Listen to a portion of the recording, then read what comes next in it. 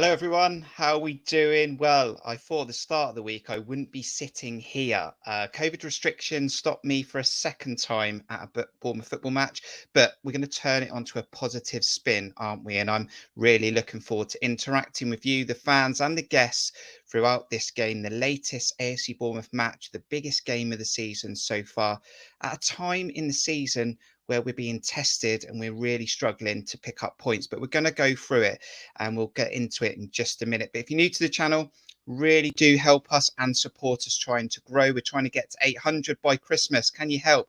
So if you're new to the channel, hit the subscribe button. If you're already subscribed, thank you for your continued support. Also on these watch-alongs, we like to try and get to 50 likes. We're on for a few hours. So at some point in the video, please hit the like button. And that chat is open. It's open for you. It's open for Bournemouth fans, away fans.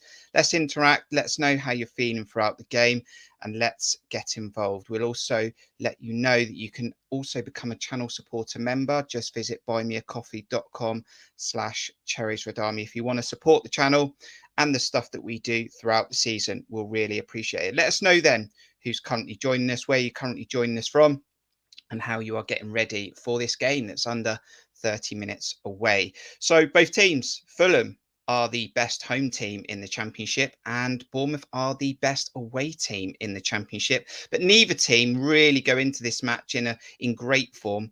In fact, in the last game, match day 20, both teams struggled, didn't they? And they took a draw. So how's this one going to go?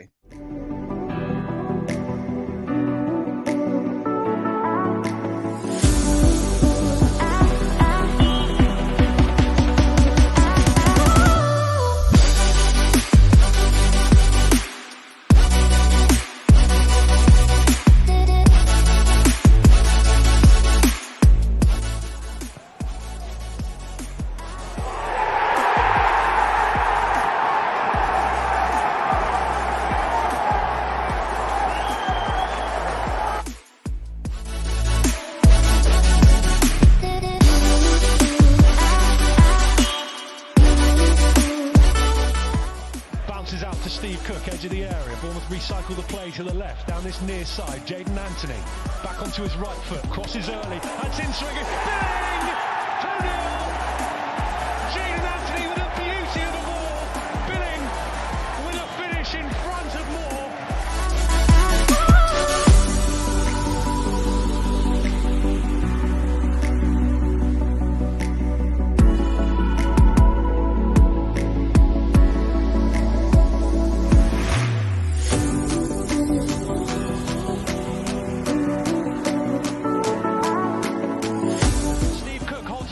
To the area. Here's Kane again with the cross.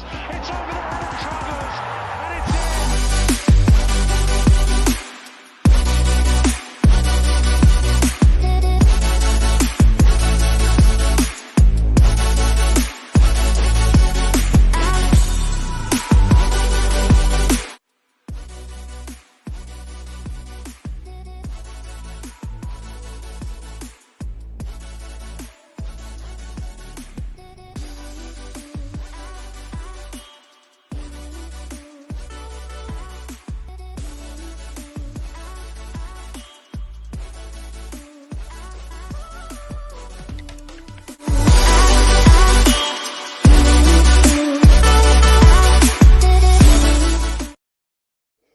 And my first guest this evening on the show. How you doing, Aaron?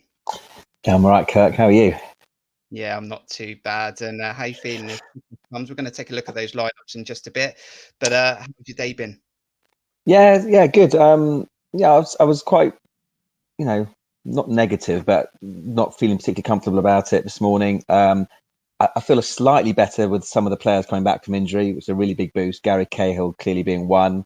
I'm hoping he can, stay on Mitrovic. I mean, Mitrovic isn't quick, so we don't need pace really. So that's really good for Cahill to be there in the air. Adam Smith back, massive boost again. I know it's obviously contentious. Potentially he's playing on left-hand side, although Leif Davis isn't in the squad, so perhaps he's injured. But either way, for a game like this, it's great to have Adam Smith back wherever he's playing. And Ben Pearson back on the bench. Would love to have seen him start. Perhaps he's not 100% match ready. So given the players that are out and the players that are now available, the only question mark for me is Marcondes.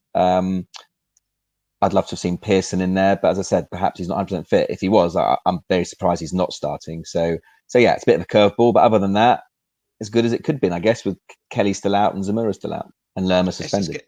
Let's just get some shout outs then. We've got James Reed joining us this evening. How you doing, James? We've got Jack. Carl, how are you? Evening, guys, up the Cherries. We've got Mark Cole joining us. We've got Badger and the Bournemouth fan from the US. What time is it, Badger and the Bournemouth fan? And we've also got Cameron Meach. Right, we'll also bring our second guest in for the evening. I'm sure we'll see his face a few times. How you doing, Keith? Yeah, not too bad. Bit nervous tonight. I thought you'd be settling us down, Keithy. I was waiting for you to try and settle the nerves a bit. Well, no, not today. Not today. There's so many. I watched the old Fulham game earlier, and that brought back some brilliant memories. But I think it's going to be a different story tonight. Yeah, I think you're right. Okay, well, let's take a look at those lineups, and let's start with the home team, the opposition for Bournemouth, and that is Rodak in goal for Fulham. Odoi, Tosun, Tim Ream is captain. Joe Bryan, Seri, Reed, Harry Wilson, Carvalho, Cabano, and Mitrovic. I won't go through all the subs, but you can see there's some talent on the bench for them as well, with Onuma, Kearney, and Bobby Reed as well. That is your Fulham team. But we're going to show the AFC Bournemouth team. And when we show it, we want you to tell us how you feel about that in an emoji, if you'd like, or you can score it out of 10, however you want to do. But we're going to have a look at this AFC Bournemouth team that Scott Parker's picked. Fans were wondering who would be fit, who wouldn't be fit. But this team is Mark Travers in goal. Captain Steve Cook plays again. Lewis Cook, Dom Solanke, Ryan Christie. Emi Marcondes comes back into the side. Adam Smith returns. Jack Stacey, Cahill, Billing, and Jaden Anthony on the bench. Nyland, Mepham, Brady, Pearson back in the squad. Kilkenny, Rogers, and Lowe. So I'm going to show a graphic on the screen in a minute, guys. But your immediate reaction, Aaron, I'm looking at it thinking, I wanted a back four. Looks like I'm going to get a back four, but with a right-footed left back. Yeah, look, I think Gary Cahill being back, as I said, is huge. His ability in the air, and to not be bullied by Mitrovic, I think is a big plus for us to have him back, which is brilliant. The question then was going to be Cook or Mepham. It's a big call he's made Cook there, because obviously Mepham was ahead of him a few games ago, and Steve Cook, who's potentially going to be out of the picture or has been out of the picture. You can't knock the experience. Cook and Cahill together won't be out now, so that's for sure. The only slight concern is a lack of pace, but I think with Stacey and Smith either side of them, they both got a bit of pace about them. And one thing I did say earlier, I think Mitrovic isn't about pace, is he? He's about movement and his ability in the air and his poaching skills. So we don't have to worry about him over the top. Harry Wilson as well is not a winger who's going to skin you, and again, with his speed over the top. Cabano, I don't know much about. I presume he's quick. I mean, I've just sort of think they must have some quick pace in the team. So I'd imagine Cabano's quick, but Jack Stacey can hopefully hold him up. So I'm quite happy with Cook and Cahill today, because as I said, Mitrovic isn't the sort of striker who's lightning quick over the top. So that could be good. And as you say, Smith, that's obviously not going to be the formation, I imagine. But Smith at left back. I mean, whether Leif Davis has been left out of the squad or whether he's got an injury, and Robbie Brady's great to see him back on the bench. I say it's great to see him involved for the first time. Probably not 100% match fit yet. So as I said, for today, I'm with you, Kirk. I don't often like that right foot on my left-hand side. I don't want to see it become a habit, but I think for today's game against the best team in the division other than us, I'm comfortable with Smith being there just for his experience, and he's just a great defender. So I'm okay with that today. Keith, as Aaron's just said there, SofaScore have set it up as a back three. I don't see it being a back three, especially not like that. I do expect Adam Smith to play left back. So my concern is, Keith, that we might play a lot in the same direction as Fulham when we're on the ball, especially when we've got it at the back, so playing towards our own goal. Then my other concern, Keith, is how physical we might be in the centre of the park. Do you have any of those concerns with the AFC Bournemouth team? It's certainly lacking bite without Lerma, isn't it? But it's quite creative. I mean, it's the first time we're going to see Marcondes in a while. So let's see what he offers. And it looks on paper more creative midfield. But you do miss Jeff's experience there. So, yeah, I echo everything Aaron said. That was brilliant. And I think that's a really, really good analysis. And I don't know, we're obviously going to contest the midfield, but I'm quite excited about the game now, looking at the lineups. I mean, the thing I was Kurt, I mean, that Lerma sending off not only cost us the match last week, which was sickening. And as I said, if we'd have held on last week, there's extra 2 points. It would have taken a bit of pressure off this game. So, but having him there today, especially with the players coming back, no disrespect to Marcondes here at all, but if we swap Lerma for Marcondes, I'd be really, really, really confident for this game because he adds that extra bit of bite on top of everything else. I imagine Lewis Cook will be the deep lying midfielder. Hopefully he can put a bit of bite in, but that's what I'm saying. Pearson obviously isn't 100% because otherwise he'd be a shoe-in to start as he's on the bench. Yeah. But it's good to have him there if we do take the lead. But obviously Ben can come on at some stage. But yeah, I'm a bit worried we're going to be bullied in there. Obviously, Marcondes and Billing aren't the toughest of two, and Lewis Cook can bite, but he's not that physical. So yeah, a bit of a problem. But we'll see. As Keithy said, I think we'll be able to do a lot more on the ball. They will obviously come and play at us, so we're not going to be playing against any kind of low blocks or anything like that. So we'll get a lot of time, not a lot of time on the ball, but we'll get space in between. And Marcondes is there for that ball, and let's see if he can take his chance. Hopefully he can. And I think also, interestingly enough, I think Kilkenny and Cook maybe can't be in the same team together. I know they played together against Coventry, but Lewis Cook shone in that game for me, whereas Kilkenny was a bit in the background, and maybe because he was taking up the same position. So I think without Pearson and Lerma, maybe he felt that couldn't be the way he went. He had to go with Marcondes. So we've got the Badger and Bournemouth fan in America watching at about 1 o'clock in the afternoon. So hopefully your day's not ruined in a few hours. But great to have you on. Dan's joining us as well. Evening, everyone. Thanks for joining us, Dan. And we've got George as well. Evening, everyone. We've got an 8 out of 10 from Jack for that lineup, and a couple of points here from Mark. Carl Wilson cutting in on Smith's strongest foot. Good point. Carl also saying, happy really good point. Back, with Wilson cutting in from the right. So let's take a look at that then. That's actually a very good point, isn't it? Because Wilson won't go on the outside. Yeah. Well, let's take a look at that, shall we, Keith? So 2 players that potentially can hurt us tonight is Harry Wilson, 17 games, 6 goals, 7 assists. And obviously Mitrovic wanted to prove something to Scott Parker, 19 games, 21 goals, 5 assists. The one thing I look with Harry Wilson is he was Marmite when he was at Bournemouth, wasn't he, Keith? But that's not giving his silly free kicks away 25 yards out, because he scored a few of them when he was with the Cherries. Yeah. You want a controlled and disciplined performance tonight. And I think it's all about how we utilise our possession. I would like us to see us play a bit more patient and go through the thirds and try and keep the ball so that they don't get Mitrovic involved. So, but let's wait and see. I mean, despite Marcondes being perceived as a bit light, he will offer us that through ball that we're lacking, so that obviously Dom can latch on to, work the channels a little bit more on the other side. I think he does offer us that, but be interesting to see. And he is a big game player, so remember what he did to us. So this hopefully repays us back, Marcondes. Another interesting option he could have done, which he's done before, obviously, is put Christie in that third midfield role. And put Lowe outside. I think it was at Millwall. I think that Christie did that, and he wasn't as effective. So I think that was an option. But he's giving Emiliano his chance, and let's hope he can take it.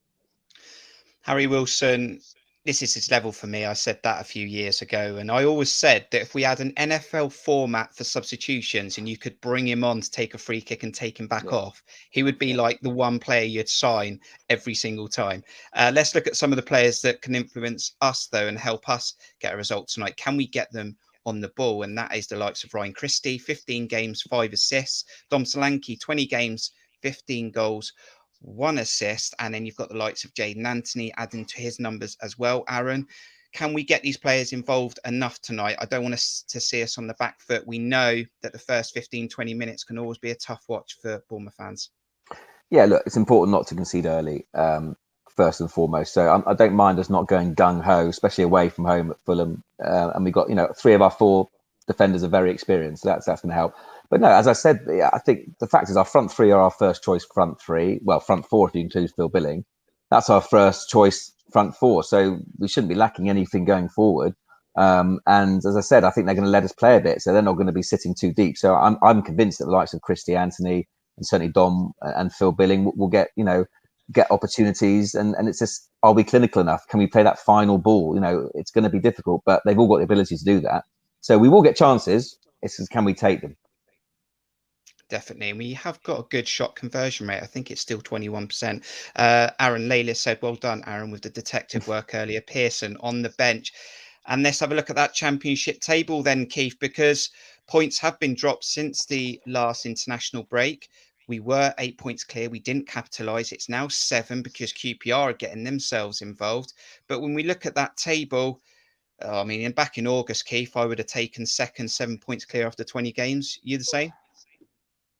I would have bitten your hand off. Yeah, definitely. It's just a little bit of a low energy at the moment, but I'm sure tonight, and everything surrounding Scott and what he did at their place and how he left, that's another story that could play out tonight. And it's the big game of the season, at least for me. It's the one I've been thinking about the most over the week, and I just want to see a good game. But hopefully, Dom, he's just going to prove it tonight that he's the man. He is the man, and not Mitrovic. Obviously, we have to focus on ourselves, Aaron. We need to try and get a result tonight, whatever that may be. It's nice to go into a game underdogs for a change, but West Brom, they've got Coventry tomorrow away, and I think QPR have got Stoke City on Sunday. I know you're particularly concerned with the form of QPR at the moment, who we play just after Christmas. Yeah, I think we all said, in our tier list predictions, we all put QPR for the top 6, definitely. And for me, they look a much bigger threat than West Brom at the moment. So, it's not beyond the realms of realism that we could be only 4 points clearer than by the end of the weekend. I fancy them to beat Stoke at home. We could easily, obviously, lose tonight, which wouldn't be a disaster result, where we are. But so it could be back to 4 points. But there's a part of me that just, because wants to get today out of the way. It's the hardest game of the season on paper. We know we've got players coming back from injury and more to come. I just want to kind of get this game out of the way and get our players back and then carry on with the season again, because there's so much kind of attention being put on this game with Scott Parker and everybody. Nothing's decided today. If we lose today, the season's not derailed. If we win today, we're not up. Yeah. But we got to be realistic that the gap could be 4 points, which is still great after 20. Be second by 4 points, but with some tough fixtures coming up, as you say. But hopefully, with players coming back, Kelly, Jay-Z, hopefully not too far away. I'm not gonna. We can't read too much into tonight if we do lose with the players we got out. But as Keith said, we want to put in a good performance. And if we get something, fantastic. If we don't, it's not the end of the world. But with tonight, Keith, I mean, we're live on YouTube and Twitter. We want it to be as entertaining for the fans as possible. I think we've got, 1,600 Bournemouth fans gone to Craven Cottage. Yeah. 85 goals between the teams in the Championship. Top 2 goal scorers. They're both in the top 3, Solanke and Mitrovic, and both teams are the highest club scorers as well. I mean, this game's got goals, or is it one of those where they cancel each other out? My head says it's going to be the latter, but my heart says this have a humdinger. If it was anything like, I watched Liverpool midweek and they were honestly outstanding. And if we can just play to something, not their level, but make progress and look as though we want to play football and we've got this little period out of our system, it's a big statement. If whoever wins it, it's made a big statement and saying, come and get us. But I don't know. And now Blackburn suddenly looks, oh my word, that's a game, because they're not far off the mix either. So this is why the Championship's brilliant. It's a real competition at the moment, and I think we're in it to win it. And let's see what happens tonight, though. Blackburn with their special Chilean, and it's not Alexis Sanchez. Right, we're going to get those score predictions in just a bit. But we've also got Sammy here this evening. How are you doing, Sammy? And Abby, Brentford fans did all say that Marcondes was a big game player. Maybe this is his moment. And you know what? He's not had a lot of football, so he's going to want to prove something. Badger and the Bournemouth fan again says, Cherries back at the top of the table after the night. That'd be lovely. Sammy, I'd be happy if we play our socks off and have a cracking game. That's it. Maybe Hart. That's what I've been saying all day. Maybe Hart gets us through tonight, and maybe we take something from it. And Abby, I wish I felt more confident, but we are going to want to get your score predictions in. However, don't go with your score prediction just yet. So Bournemouth have been to Craven Cottage in the last few times. We've got results, guys. Yeah, we won 3-0 in the last visit, and we also, hang on, we went to Craven Cottage in 2015 on a Friday night under the lights. Did. Get your score predictions in, but just hold fire. Just see if this helps you choose what's going to happen tonight.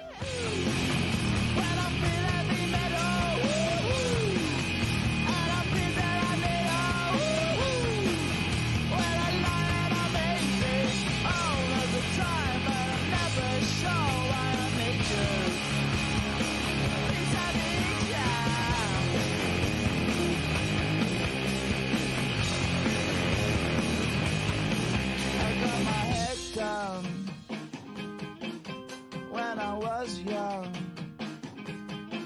it's not my problem. It's not my problem. When I feel heavy metal, and I feel that I need when I lie and I'm easy all of the time, but I'm never sure why I need you.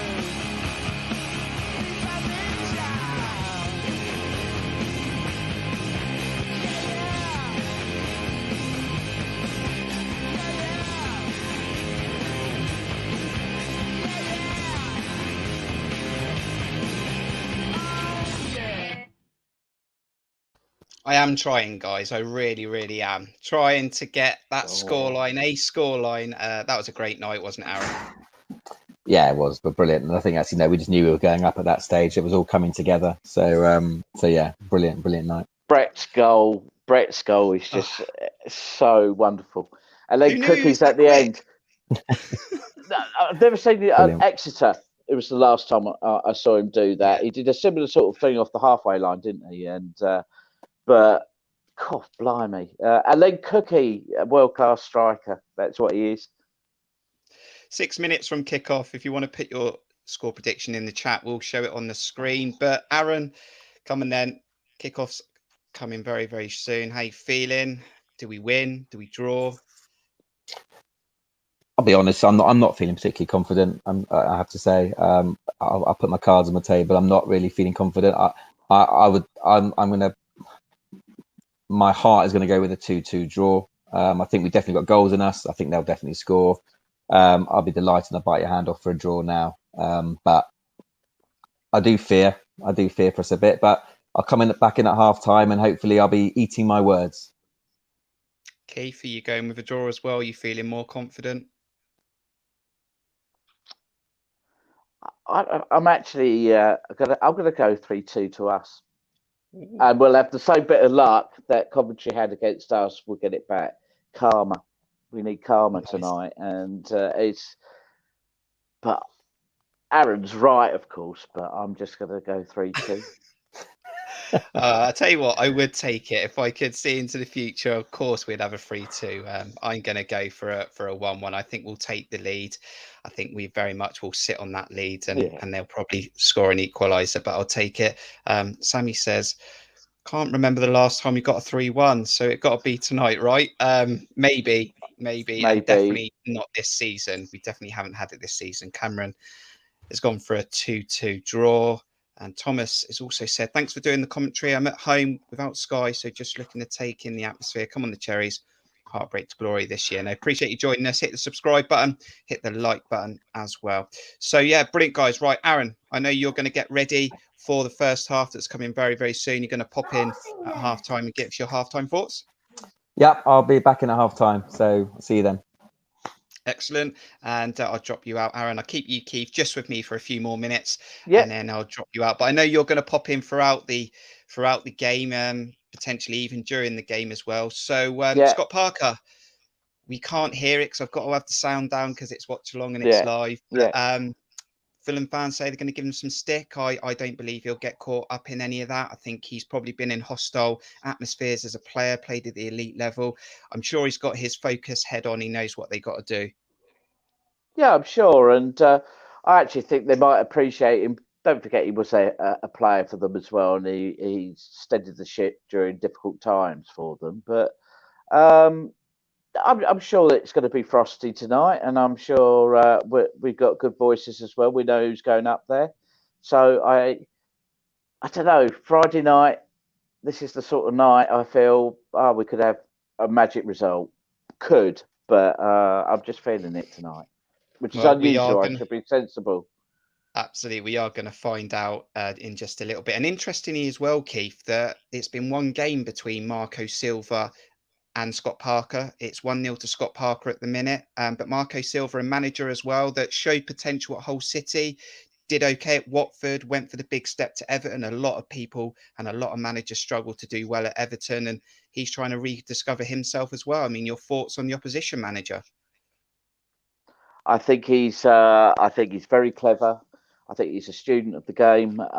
Whether he's reached his potential yet to find that club in the UK at least, I don't know. But he'll be all good. He'll make sure his troops are organised tonight, and I think we've got a rough idea what the game plan is, and it's going to be keeping that man Mitrovic quiet and keeping make sure he doesn't get any service. So it's working hard as a team and not on the individual, which is what I think Fulham's weakness is.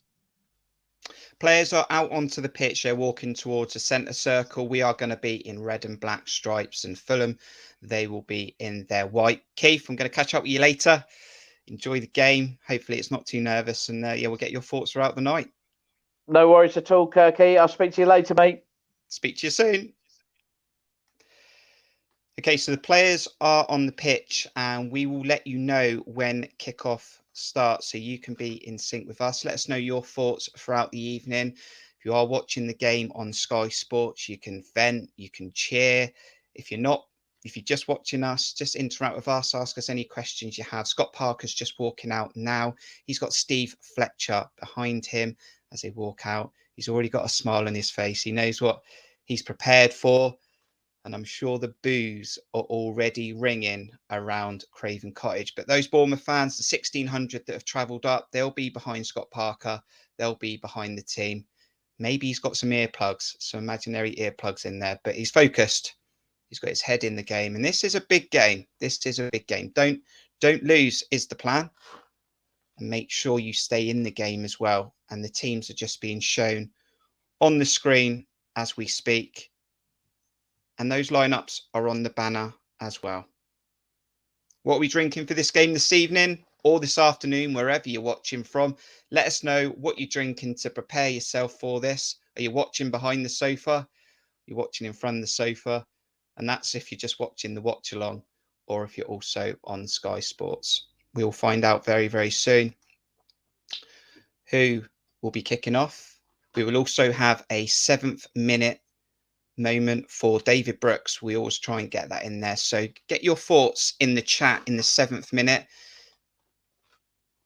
and put your thoughts in there for David Brooks, a player that we're definitely missing as well. And we hope he's doing well in his recovery. But that lineup on Sky Sports is showing a back four of Stacey, Cahill, Steve Cook and Adam Smith on the left, with Lewis Cook playing the one pivot holding role, Marcondes and Billing ahead, with Christie, Anthony and Dom Solanke up top. And can Ryan Christie get his first goal of the season? Got a Diet Coke, have to work tonight. Any news on Brooks? Haven't heard anything as yet, but we hope that he's in good recovery. Diet Coke it is. And a good old cup of tea for Sammy. And we're just on the old Lucozade. Lots of rosé. Layla isolation has got to us. We hope Logan's doing okay as well. Booze to Parker will just motivate our players even more. And there's going to be players on this pitch this evening that are going to want to prove their worth. Lewis Cook starts again. Marcondes is getting minutes. And we are not far away from kickoff.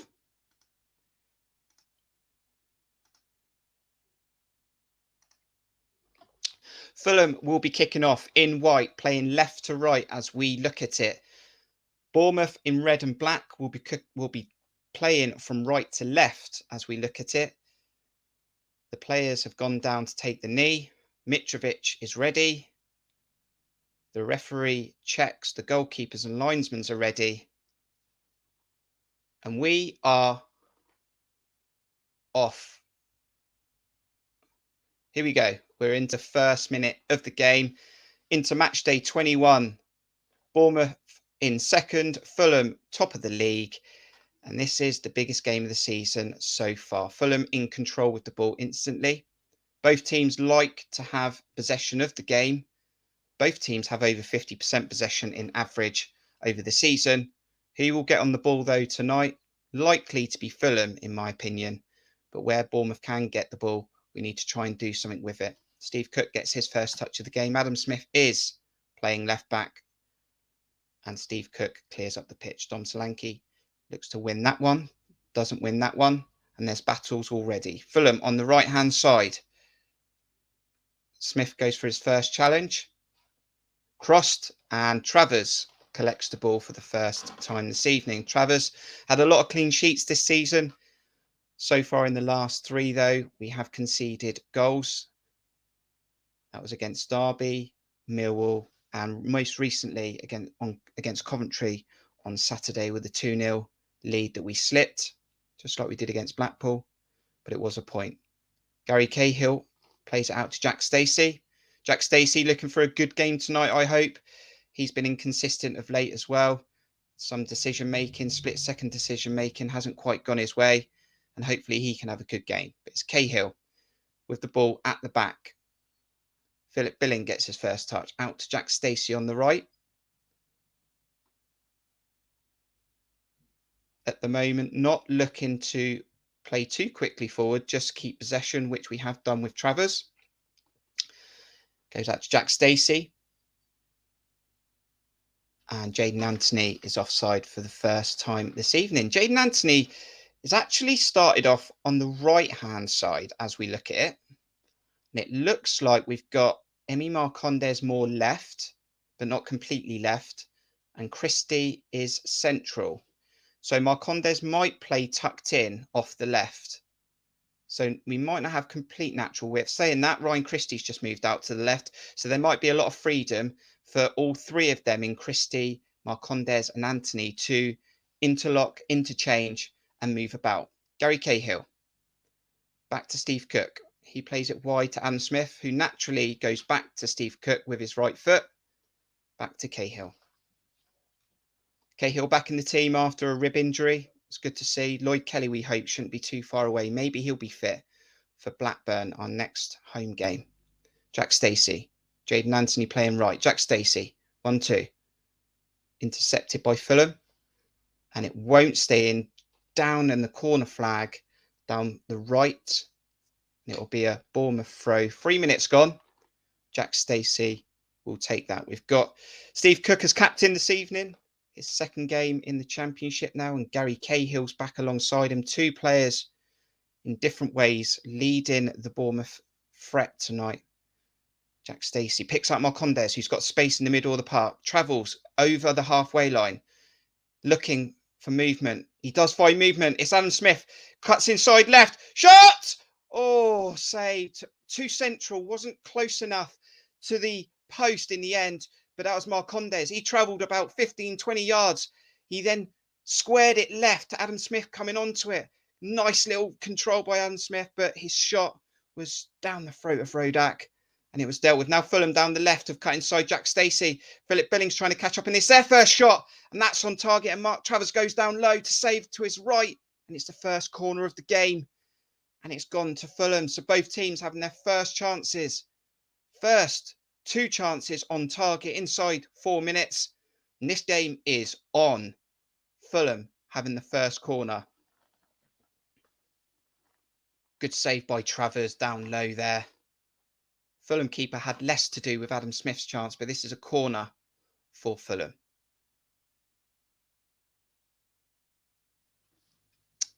Short. Looking for the shot. It's more of a shot cross. And it's cleared by Gary Cahill. But the linesman has flagged for Mitrovic for the first offside in this game. And that will be a offside free kick to AFC Bournemouth. So less than 5 minutes gone. And we have 2 shots on target. One for each team, one for Adam Smith and one for Fulham. I think it was Carvalho with a chance for Fulham on his left foot.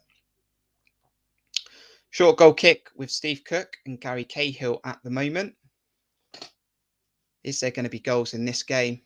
Jack Stacey looking for Ryan Christie, who's floating around at the moment. Christie Billings playing a little bit more deeper. And Marcondes now.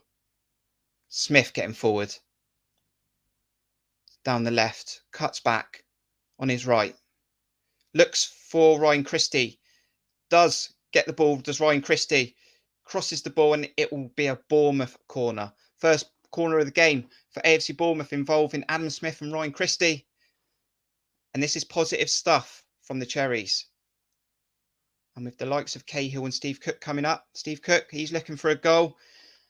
Likes a goal at Fulham, doesn't he? We showed it in the clips before the game. That fifth goal in 2015. What a strike that was. Can he get his head on this corner, though? It's going to be Marcondes heading over to take the corner. Dom Solanke, Phil Billing are standing on the goalkeeper. Marcondes to take the corner from the left.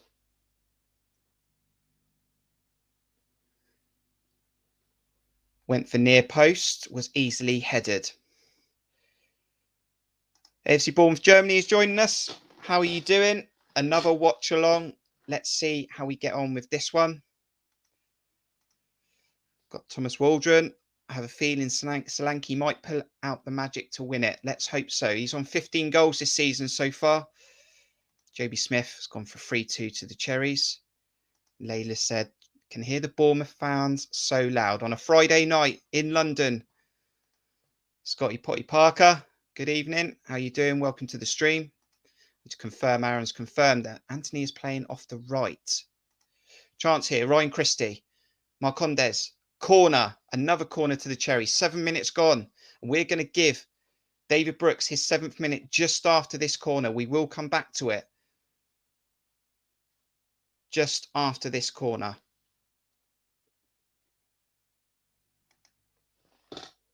What's the weather like at Fulham? It looks okay. It might have rained beforehand, or that might have been the actual club watering the pitch. But conditions look good. And we're ready for this second corner. Coming in from Marcondes. High. Too high, too far out for a throwing on the opposite side.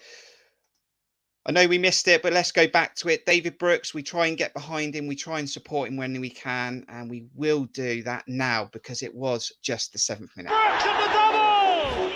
David Brooks seems to love scoring on the road. And David Brooks with his first Premier League goal. Across the goal to Callum Wilson. What a save! The rebound is in! And it's 2-2. Onto his left foot. Opportunity to shoot still. Brooks shoots! There it is from David Brooks! And now a little ball where Brooks takes over into the feet of Fraser. Back to David Brooks. This will be brilliant. This is brilliant. Curled in now towards Brooks for a second. David Brooks at the double. Tee up Fraser here. And now a chance for the Cherries. Fraser with Brooks. 2-on-2 here. Fraser plays it in. David Brooks for 2-0. It is 2-0. 0-0 Bournemouth Palace. Midfield for penalty here. Picked up by Wilson. Square to Brooks. Left foot in. And David Brooks with his first Premier League goal. From Brooks. They wait for a play. It doesn't come. And David Brooks is onside. A chance to put the Cherries too clear. Brooks. It is 2-0.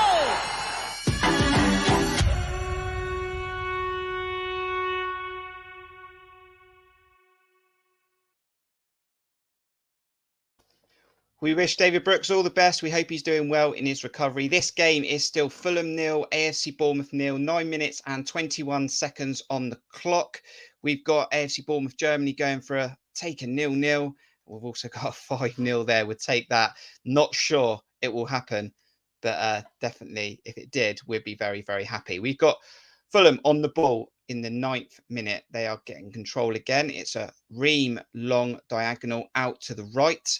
Harry Wilson scored against Bournemouth with Cardiff last season. And I'm sure he's going to want to try and do that again. Very much Marmite at his time at Bournemouth. Just didn't do enough, did he, during the 90 minutes? But set pieces, he is definitely a threat. Fulham down the right, cutting inside, defended by Lewis Cook, keeps it in, saves it from going for a corner, and it's out for a throw-in. Harry Wilson, time to get on the ball, plays it back to Ream. Goes back to Harry Wilson from the right, always looking to cut into the left. Looks for a long ball. Jack Stacey wins that header. Carvalho. Now from the other side. Cuts in on his right. Now he's looking for a shot. Carvalho. Second shot of the game. Saved by Travers again. Down to his right. Identical in what the first attempt was like. That time it was with his left. This time it was with his right. And it's a second corner now for Fulham, and Travers has had to make another save. 4 corners in this game so far. And you've got to say, for the neutral, it looks an exciting start 10 minutes in. Corner to Fulham. High, deep. Adam Smith trying to win it. Doesn't win it. Chance for Fulham.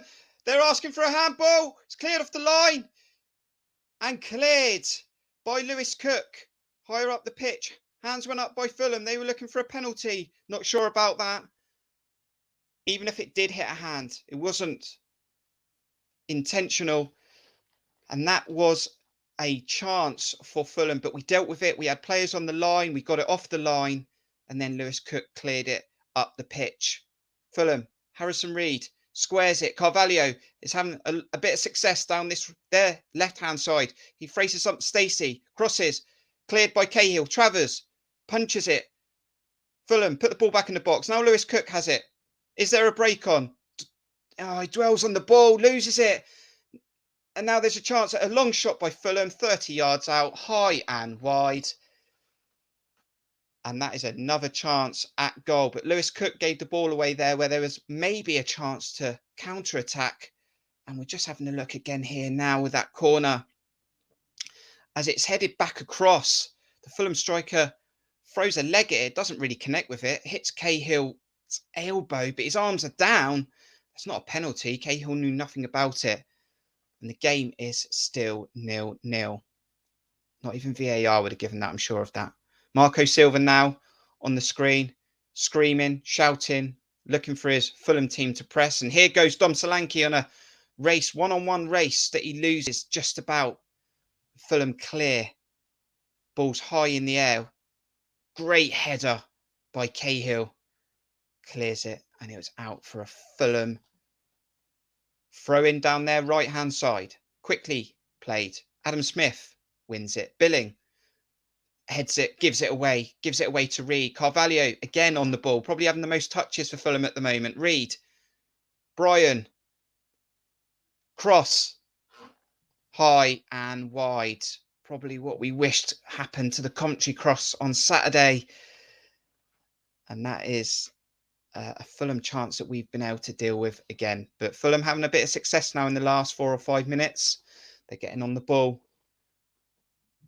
And they have had a few more chances than the Cherries at the moment. We've just got the one through Adam Smith, cutting in from the left, shot low, too central, not wide enough for the keeper. And it was quite easy for the keeper to deal with. Lewis Cook, short goal kick.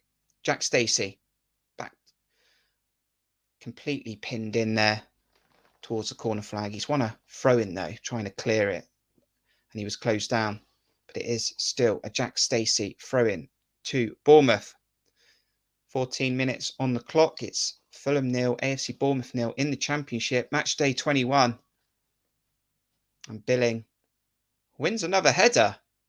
It's nice to see Billing win headers. We don't always see that. But at the moment, he's given away possession too easily. But Billing is playing a little bit deeper than he normally does, I would say. He's not advanced as we normally have him when we have our full strength side. And we do know that we don't really like Billing in a deep role. We don't like him in a 2. We do like him further up because that's where he can hurt teams. But at the moment, he is playing a little bit deep off of Lewis Cook. There's a challenge here now, just gone down by Lewis Cook. The Fulham players are around the referee. The referee's pulled a yellow out of his card. Lewis Cook's checking he's all right. The referee looks like he's going to give Lewis a yellow card. He is pulling Lewis Cook over. It's going to be a yellow card. Now, remember, we've played games with Kilkenny who've been booked early. I think that was against Reading. So this is an early booking, first booking of the game. It's gone to Lewis Cook. It's one of those where he's gone for the ball. It was a poor touch. He's won the ball, and it's the follow through. The studs are a bit high, but I wouldn't say he doesn't look at the Fulham player in any shape or form. He's got the eyes on the ball. It's a follow through. The studs are a bit high, but there's nothing intentional. There's no force. It's a yellow card. We'll probably have to just take that as it is.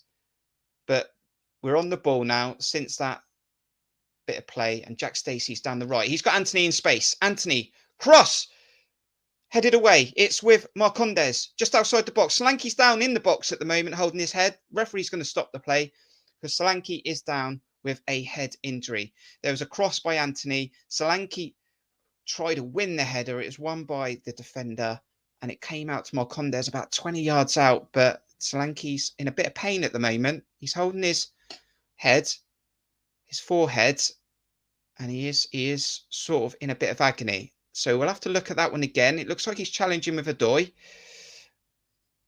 It was unintentional. He's gone to win the header. He's gone forwards. It's actually his nose by the looks of it. And he seems to have clashed with the centre-back of Fulham as he sort of continued that movement. So Dom Solanke is down at the moment. It's 16 minutes gone, 40 seconds on the clock. Sometimes we have some struggle in 20 minutes. This has not been too bad, considering we're away from home. We've not a full fit squad, and we've played okay. Fulham have probably had the better chances. But we are trying to get on the ball, and we have tried to be quite active in the final third. Jeffrey, very good commentary. Appreciate that. Hope you're enjoying it. And at the moment, Dom Solanke's just getting a bandage around the head. So maybe he did suffer a cut to the head, but he's going to be all right. He's a warrior, Dom Solanke. He's looking to get to 20 goals. He's looking to catch Mitrovic, who's also on the pitch this evening. 21 goals for Mitrovic. And Fulham, I think, are looking for their 50th goal of the season if they score tonight. 85 goals between the teams, and the most shutouts as well between the teams. AFC Bournemouth Germany, I wasn't there from the beginning of the stream. What your thoughts of the lineup? So obviously we had a back three against Coventry out of nowhere, and a back four, which is what we were looking for. I think we needed a back four this evening, but it is Adam Smith on the left, no Leif Davis on the bench. So is there an injury there? Has he been left out? We're not sure. But Adam Smith's playing off the left. I don't normally like Adam Smith playing off the left, but he has started this game pretty well. He has got forwards, which will be effective for us. It's more when we have possession in the back four in our half. Adam Smith will have his back to goal, and he'll play back to Travers and Steve Cook. But we'll have to see how that goes. We've also got Lewis Cook playing the holding role. Ben Pearson is on the bench. And we've got Emi Marcondes, who's also started this game, very proactive. And that front three behind Dom Solanke, they are very much moving around and interchanging. Anthony's more staying on the right, but Christie's gone over to the left, and Marcondes has gone over to the left, and Christie's gone back in central. So there's a lot of movement there. And as I said, Billing slightly deeper, and then Lewis Cook even more deeper. But we're back underway. Fulham in possession. High ball, headed clear by Cahill, challenged by Christie, under control, given away. Harry Wilson now wins the header, goes down like Ryan Fraser. No free kick given. And it goes back to the Fulham goalkeeper. They'll keep possession in their half, playing it short to Tim Ream, captain for Fulham this evening. Out to Brian. He scored the playoff goals for Fulham when they got promoted to the Premier League previously. Travers and Cahill communicating to win the ball, and has been won by Travers, and Steve Cook's on it. Given away though by Marcondes. It's now Mitrovic outside the box. Shoots, hits Cahill, won another penalty appeal. Penalty, penalty. How many times are they going to appeal a penalty this evening? Again, just hit Cahill. We're in possession, counter-attack. Jaden Anthony from the right. Jack Stacey, overlap. Cross, better cross. Dom Solanke wins it this time. Doesn't get a good connection though. It's out with Marcondes. Smith is backing up Marcondes. Back to Marcondes. Down the left. Back on his right foot. Cross. And header! Oh! Dom Solanke again. This time he got a bare connection, but it went just wide of the goal. 20 minutes gone. Bournemouth is showing more potential going forward here again. It started with Jack Stacey. Solanke got a bit of a head. He was nudged out the way by the Fulham defender. Out to the left. And then we re-engineered it with Marcondes. And Solanke got his forehead on it this time, but didn't have the direction. And it was just wide. Is there going to be goals in this game? There's chances already after 20 minutes. But it is Fulham 0. AFC Bournemouth 0. Here we go again. Travers clears the ball up the pitch. Marcondes clashes with Steve Cook. And now it's Fulham. And he's looked for Mitrovic. Oh! Offside. Luckily, Travers saved it. That will be a tight decision, I tell you what, because that back four were not in line at all. It was a slide-through pass between the centre-backs. Mitrovic was trying to get on top of it. And he looks just off, to be fair. Jack Stacey would have been the one playing him on. But he was just off. Fortunately, Travers made the save anyway, so it's irrelevant. But that back four need to be a lot tighter and more in sync. Jack Stacey plays it. Tries to play it down the line, but it went out to him. And it's a throw-in to Fulham. Down the left-hand side. That's where they've had success this evening so far after 21 minutes and 54 seconds. We have no goals in this game as of yet. Thank you for joining us on this stream. Hit the like button. Can we get to 50 likes this evening? We'll really appreciate that. Subscribe if you're new to the channel. Can you help us try and get to 800 subscribers? That's where we're heading to. And let us know your thoughts throughout the night in the chat. We'll have guests come in during the game, halftime, and stay with us after the game as well, because we'll get some raw reaction, maybe even from Craven Cottage. Dom Solanke, left of the area. Marcondes, Christie, good link-up play. Marcondes is moving well. Christie's moving well. Slide pass by Lewis Cook. Dom Solanke keeps it in. Corner ball. The referee says no. And it's going to be a Fulham goal kick. So make sure you stay with us in this game and after the game, and we'll get your raw reaction as well. Take a look at those stats in a moment. We'll just see this current movement as it's going with Fulham on the ball with Reed. Still with Reed in the centre of the park. Goes short. Out wide with Adoy. Harry Wilson's pretty quiet at the moment, which is good. Tim Ream. Fulham still in possession with this passage of play. Out to Carvalho. He's very much has been in the game. He's had 2 of Fulham chances. Ball in the box from Brian, headed by Mitrovic. And this time, Steve Cook challenges with Mitrovic. Mitrovic wants a corner. Steve Cook's having none of it. And it's a goal kick to AFC Bournemouth. And that is probably what we're going to get this evening from the likes of Steve Cook and Gary Cahill, as we will get that strength there. And it's very much is a Bournemouth goal kick. And we're going to bring a guest into the stream in just a moment. We'll just see how this goes for Bournemouth. It's just gone out for a throw-in. Adam Smith is down. And for the first time this evening, we're going to get one of the Cherries Red Army team on. We're going to get Matt Davis. How you doing? Yeah, I'm fine, Kurt. You? Yeah, very, very good. 24 minutes, 25 seconds on the clock as I'm watching with Sky. We'll just see how this goes out. Dom Solanke's just on the ball. It's a free kick to Fulham given away by Marcondes. So that sort of lineup that came out then, Matt, it was a back four that I was looking for. Were you looking for? It is Smith left back, but it's not as bad as it's been on previous times.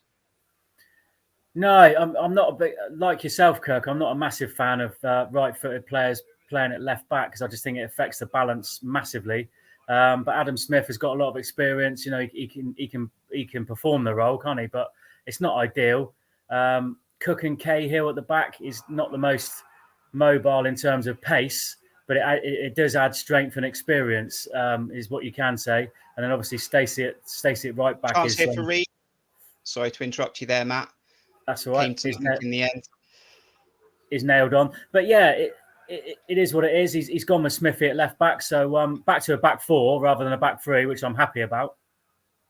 Excellent. And as I said, what I was worried about with this potential formation is that we'd be pinned in a bit, especially when you've got that natural right footer left. He always wants to go back to the centre back or back to the goalkeeper, and that physicality in the centre of the park.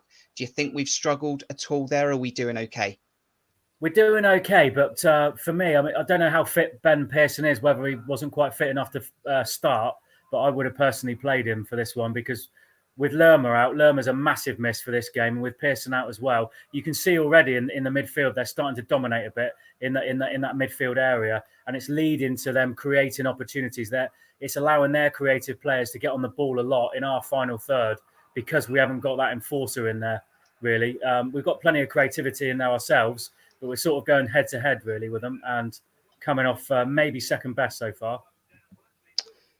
The stats so far then, as we are through halfway of this first half, let's just see how this plays out. Lewis Cook picks up the ball inside the Bournemouth half at the moment, and it's now with Marcondes. Adam Smith trying to get involved as well, and there are challenges going in, but it's gone out for a throw-in. The stats then for the moment in this first half: 54% possession to Fulham. That doesn't surprise me. Both teams are in the 50% on average throughout the season. We've got 47% for Bournemouth, but there are chances in this game, Matt. 7 to Fulham, 4 to Bournemouth, 2 shots on target. That was Carvalho's left and right foot, and the Adam Smith chance. It was a good move for the Adam Smith chance, just was too close to the goalkeeper.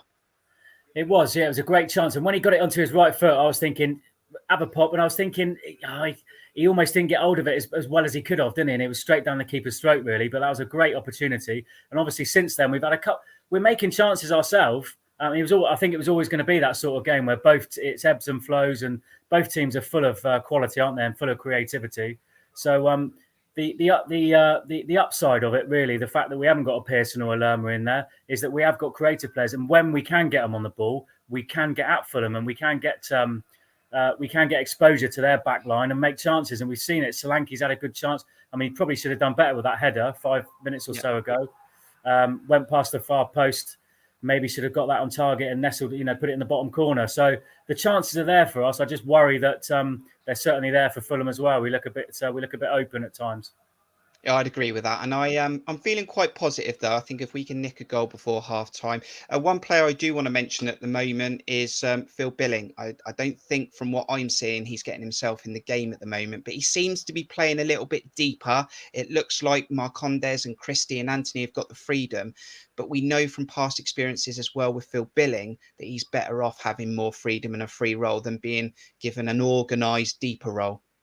We've got, spot on, Kirk. We've got 2 luxury players in number 10 roles in our midfield now. We've got Marcondes and Billing, and both of them can only play that number 10 role. They can't play any other role in this football team, really. So that is obviously a bit of a concern.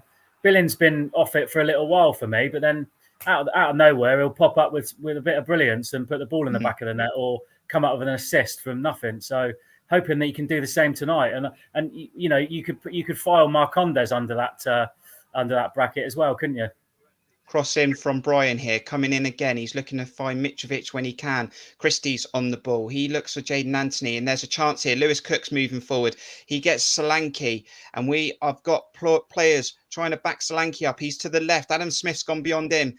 Smith's now offside, but Solanke's going on his own, and it's wide.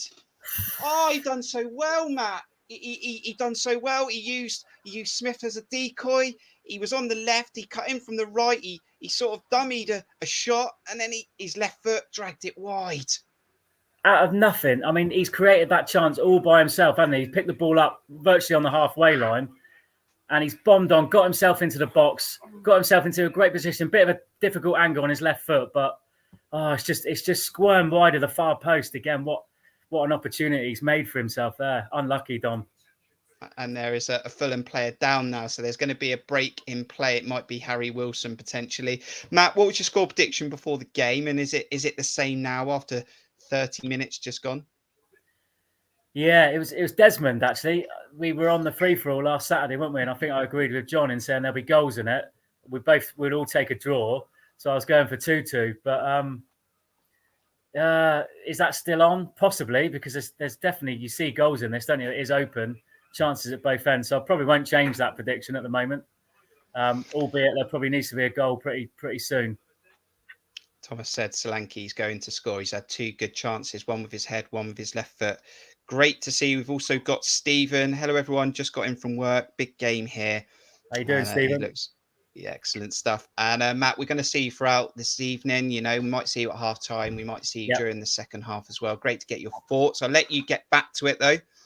And let's hope when we next speak, the Cherries have scored a goal.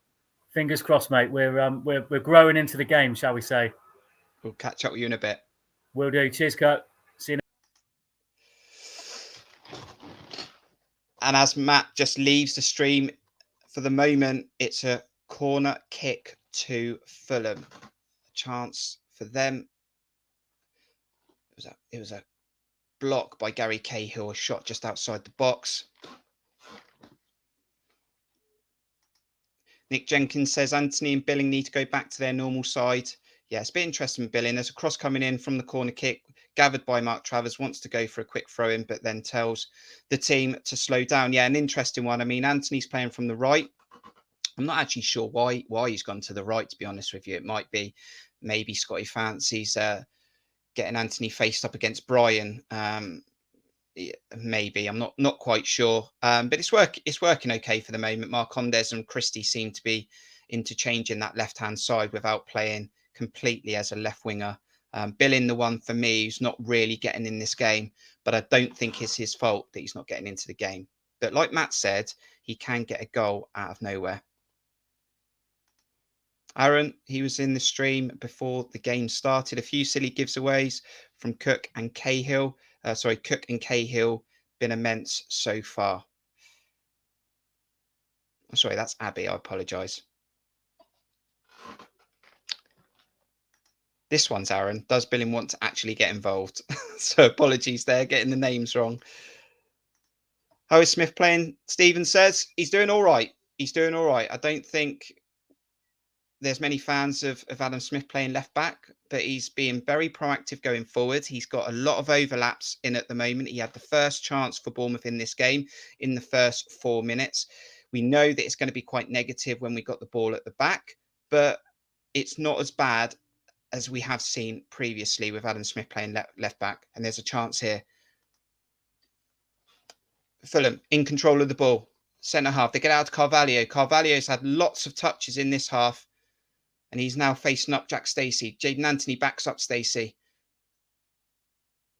It's still with Fulham. Back with Carvalho.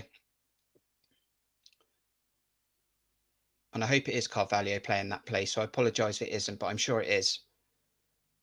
Here we go again. It's either Carvalho or Cabano. So I do apologise. There's a challenge here, though, from Jack Stacey. A physical challenge from behind. Referee's going over. Looks like he's going to his pocket. He is. It's a second yellow card. It's a second yellow card for AFC Bournemouth. And that one goes to Jack Stacey. And it's Cabano. It was on Cabano. So, yeah, it's Cabano that's having a lot of success down that left-hand side. And it's Cabano who was fouled by Jack Stacey. Right behind, straight through him. And that's a yellow card. Going to be a free kick to Fulham out on the touchline almost of the left hand side.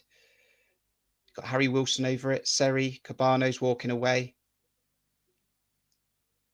It might be whipped in by Harry Wilson. I'm sure he'll be looking for Alexandra Mitrovic.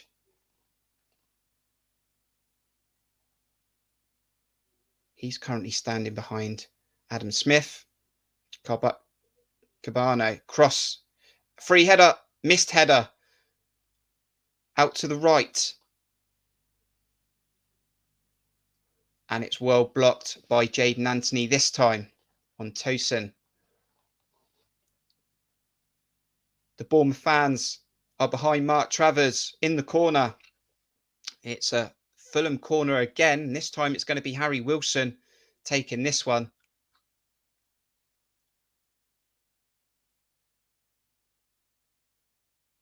Short by Harry Wilson. Gets it back. Plays it out now to the edge of the box. Now it's swinged in. Phil Billing wins another header this evening. That one's a more positive header though. Defensive. It's out with Ream. Blocked again by Phil Billing. So we might be frustrated with Phil Billing going forward and on the ball, but he's doing some good defensive work in the last few minutes. 35 minutes, 34 seconds on the clock. Abby. Stacey needs to keep his head. He does. And Stacey's having a difficult spell this season at the moment in the last few games. Stevens said that Jaden Stockley's just scored for Charlton. One from the past there. Brian to Reed. Fulham still have it. Harry Wilson. Not offside. Is offside. And that is a third offside for Fulham. This game is tight. There is not a lot in it. Maybe Fulham nudging it just slightly. That offside was tighter than the Mitrovic one earlier on. That, for me, looked like it could have been on, but it's been given off. And Bournemouth are in possession. At the back with the ball. Jack Stacey just been booked down the line. And again, kicked it out for a throw-in. And this is an important 9 minutes until half-time. And Fulham are increasing their dominance on this game as we speak. In possession, Tim Ream with Brian. Reed. Brian again finds Reed now. Squares, Mitrovic, blocked by Steve Cook. And that's a goal kick. Fortunately, Mitrovic didn't get a good connection with his left foot.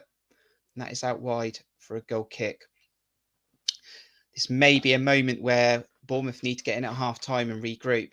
Maybe we can snatch a goal out of nowhere just before half-time. Goal kick, though, short. Cook to Adam Smith going backwards. Emi Marcondes is quite deep. He's given the ball away. Not fouled on. With Fulham in the area. Cabano. Great block by Jack Stacey this time. Maybe he's not had a great start to the game defensively, but that time Jack Stacey was there to the rescue. And he stopped the shot coming in that was quite central and about 6 yards out. It was a great block by Jack Stacey there. Well done, Jack. But it is another corner to Fulham.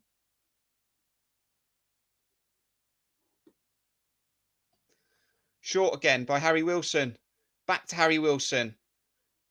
And that is not a foul. Harry Wilson's gone down. Dom Solanke won the ball. We might have to see the replay again, but Harry Wilson played a 1-2 short corner. He got himself in the box, tried to dummy across.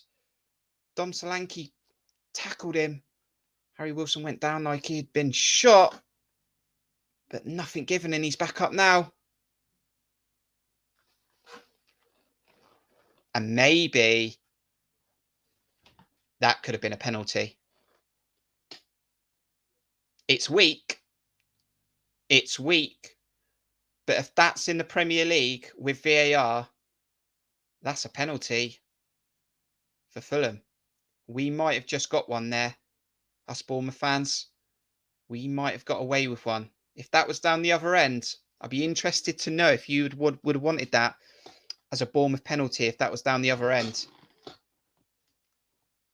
Because that looks sloppy from Dom Solanke. This time it is a foul on the halfway line. Ryan Christie and Odoi. Odoi pushes Christie. Christie kicks the ball away.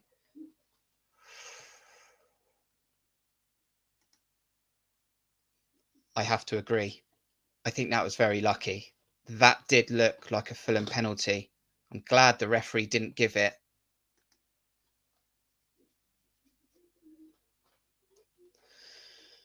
But it is still 0-0. 39 minutes gone. 40 seconds. It's back on that left-hand side of Fulham. the side that they've had a little bit of success from in this first half with Cabano.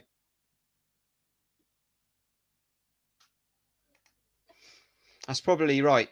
AFC Bournemouth Germany says the way he jumps is probably the reason it wasn't given. You know, it's always been the controversial conversation, isn't it? If you don't dive, you don't get it. If you over dive, you make it look like you're trying to win it. And Harry Wilson's probably reaction doesn't get it as a penalty. I mean, it's a penalty. I'm not going to change that stance. It's a penalty, but I'm just glad the referee didn't give it. Chance here for Fulham, cross into the box, won by Marcondes, working hard for the Cherries. Wins the header out to the box, and now it's a foul. This time, I think, on Ryan Christie. Yes, Ryan Christie fouled this time. So it's going to be a free kick to the Cherries just outside the box. Steve Cook working hard, wearing the captain's armband this evening. Marcondes is having a word with the referee. Maybe they're asking why yellow cards are coming out in a red shirt, but less so in a white shirt.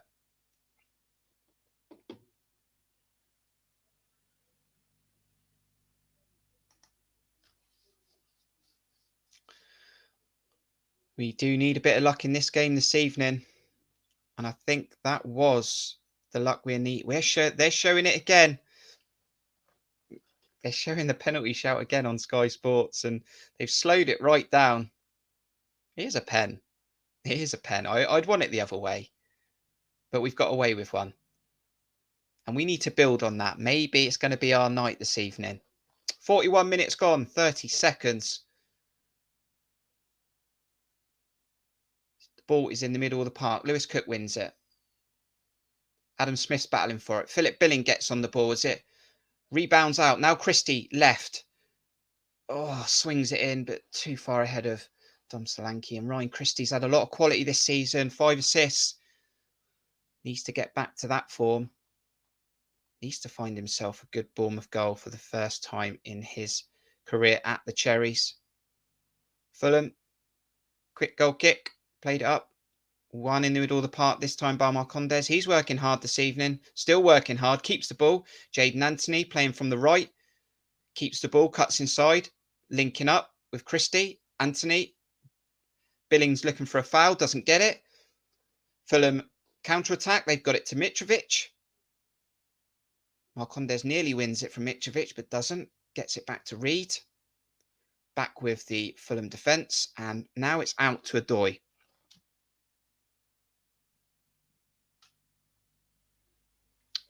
Steve Cook wins the ball. Philip Billing keeps the ball moving. Dom Solanke's working hard from the top. Gets it back to Billing. Plays it behind Jack Stacey when the ball was on to play it to Anthony, and that's given away by Billing. They're on the counter-attack. Gabano, Mitrovic, Cahill's trying to get involved. Cut inside by Mitrovic. Blocked. Steve Cook blocked. My word. That's 2 blocks by Steve Cook. One with his chest. Throws himself down.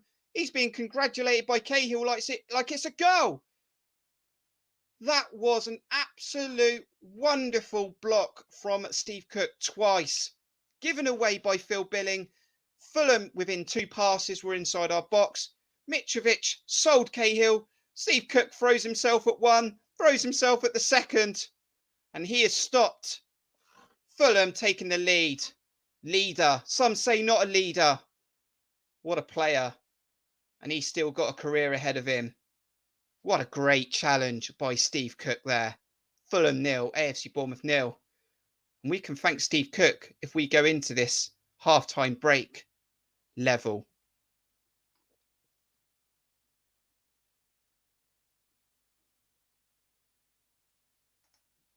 Thomas, Waldron, legend, Cook, you warrior. Sammy, bloody love Steve Cook. Absolutely wonderful block.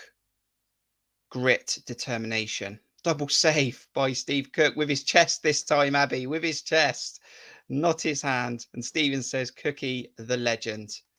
That could be a big moment in this football match come 90 minutes. But Fulham are back on the attack. 44 minutes, 30 seconds. We're going into injury time very soon. Cabano. Now it's Carvalho. To Brian. Fulham They're trying to re-engineer this play back out to the right. Keep it though. Back with Tim Ream. Keep it left with Brian. Inside to Carvalho or Cabano. Keep possession, do Fulham. Now they're looking to go back out right, but keep it left. Everything down the left for Fulham at the moment. All down Jack Stacey's side. Crossed in by Brian. Dealt with. Cleared by Lewis Cook. Bournemouth are deep at the moment. Very, very deep. 3 minutes of injury time in this first half. Tim Ream. Back out left with Cabano. Takes on Anthony. Crossed with his right foot. Back post. That time it's Adam Smith. Foul on Adam Smith. And we are defending absolutely with grit and determination this evening. I said we might need heart in this game. We may have not been that busy going forward in the last 15, but defensively, we've thrown everything at it. Bodies on the line. Adam Smith back this evening. He's breathing hard, but he'll get a Lucasade and potentially a Satsuma in him in about 2 minutes' time at half time. 13 shots to Fulham, 5 to Bournemouth, 2 on target for Fulham, 1 on target for Bournemouth. That was the Adam Smith chance, but Dom Solanke's had 2 good chances. One header that went wide and a great shot with his left foot that went just wide. He worked and engineered himself. Don't go anywhere at half time. We will take a break at half time just to grab a drink, enable you to go to the toilet and myself, and we'll get some guests on at half time and get some reaction, as it looks like it's going to go in goalless. Alan's also joining us. How are you doing, Steve Cook, the legend? Thomas said, this is what I love to hear, a team giving it everything. Come on, you Cherries, you can do it.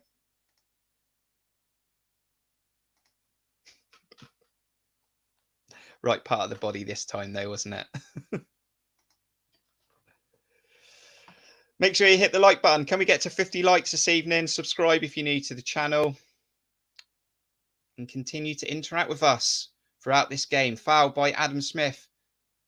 Not given, actually. Fulham wanted a foul, not given.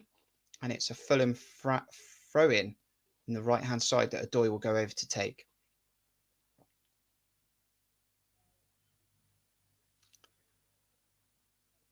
"30 seconds until the 3 minutes of injury time are up. And it's been a half of heart, grit, determination, some chances going forward. And we've dealt with Fulham so far. Fulham have been on top the last 10 or 15 minutes. But it very much is looking to get in at half time and regroup. And that is half time. The referee said that's enough. It is Fulham 0, AFC Bournemouth 0. We'll just have a quick look at those half-time stats.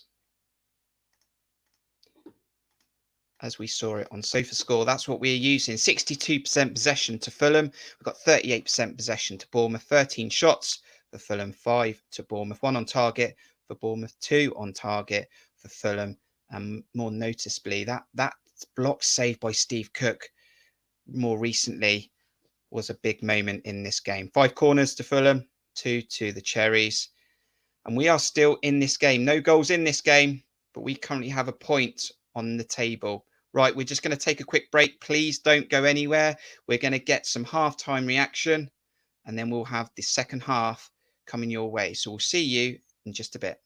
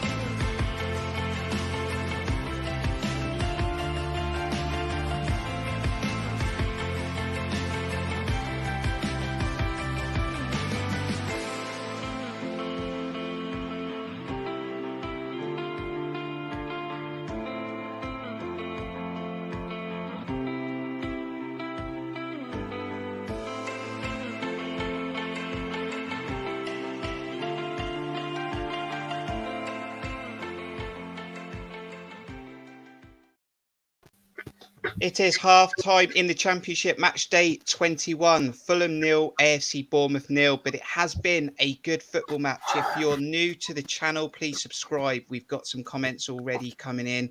We've got Simon saying, I'm a Spurs fan, stumbled upon this stream, doing a top job. Brilliant. Appreciate that. Also hit the like button. Abby is saying, I'm very happy to get to half time at 0-0. And we're going to talk about that first half very, very soon. And great defending from Cookie and Cahill. Right, let's go to Aaron then. 45 minutes gone. Had some chances in the first 20, 25 minutes. Maybe got away with not giving away a penalty. And Steve Cook, he has a place in this team. Gosh, yeah, he's been outstanding, isn't he? Legend, absolute legend. That was just unbelievable. You know, what do you do when Kelly's back fit? You know, it's a dilemma. But him and Cahill have had so far been absolutely outstanding together. As I said before, you know, Mitrovic isn't going to go in behind, so they're dealing with him really well. The biggest threat they've got, and it's a massive worry, is Cabana down the left. He looks a brilliant player. He's got Stacey on ice at the moment, and now Stacey's on a yellow card. It's going to be a real problem because he can't really tackle at all. So I wonder if he'll put Smith to the right-hand side, maybe bring Brady on or switch Stacey. I don't know, because Harry Wilson's not offering that same threat to maybe switch them because Stacey's going to get done at some stage. For me, we're losing the game in midfield. I don't know how many times Marcondes has given the ball away in dangerous areas, just either being too weak on the ball, giving it away, and 3 or 4 times. Billing out there? Honestly, is he? I generally don't know what he's doing on the pitch again. He's having one of his old Phil Billing games, and when he does that, Is it his fault though, Aaron? Is it his fault because he's playing in a role that we know he can't play? Right. We know now that he's a free role, freedom. So help me out here, because I'm still 45 minutes in, can't work out what the formation of the midfield and forwards are, because it looks like Anthony's on the right, Solanke's pulling to the left. I'm not entirely sure. So you might be right from that position, but still, you can get a little bit involved. And Christie is just not as effective as he is when he's not on the right, and Anthony's not as effective when he's not on the left. So whether we'll switch it around, but maybe Billing is playing a bit deeper, but he's just doing nothing for me. Keith, tell us about it then, and let's talk again about Cahill and Cookie. There's no legs in those two centre backs, but I'll tell you what there is. There's heart and determination, and he threw everything on the line for that block, 2 blocks. That could be season defining. Those 2 blocks. That could be a massive thing, because we're really under pressure and we are losing the midfield battle. But yeah, it's great to see him back, isn't it? It's great to see him back, and hopefully continue it on in the second half. And Cahill's just so steady at the back as well. They're keeping us in the game, but we are losing our way in the midfield. I totally agree with Aaron. I don't know, is Pearson fit enough to give us some physicality, because we're lacking that as well. I'd like to see Lewis more advanced and actually sacrifice Marcondes and bring in Pearson and try and influence the game in the thirds. But they're just closing us down, and they're concertining us against our, in our third. So it's really tough out there, but hopefully might see something different second half or after 60 minutes, I hope. Help us out then, Matt. So from how I'm seeing it, you've got Lewis Cook playing deep, you've got Anthony very much right, and then you've got Phil Billing slightly ahead, but then you've got Marcondes, Christie, Solanke, just do what you want. Yeah.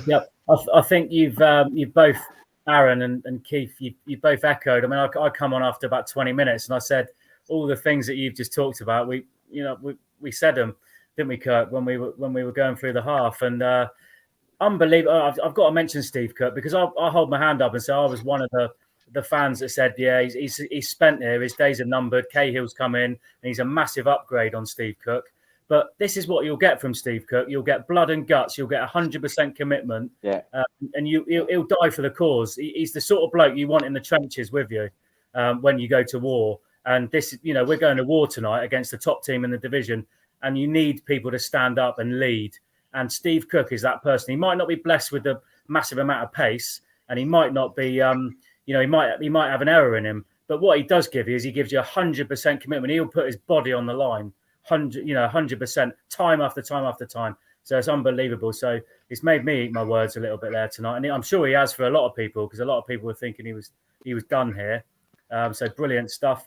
In terms of the midfields where we're losing it, Lerma and Pearson, both of them out. A game like tonight, not good.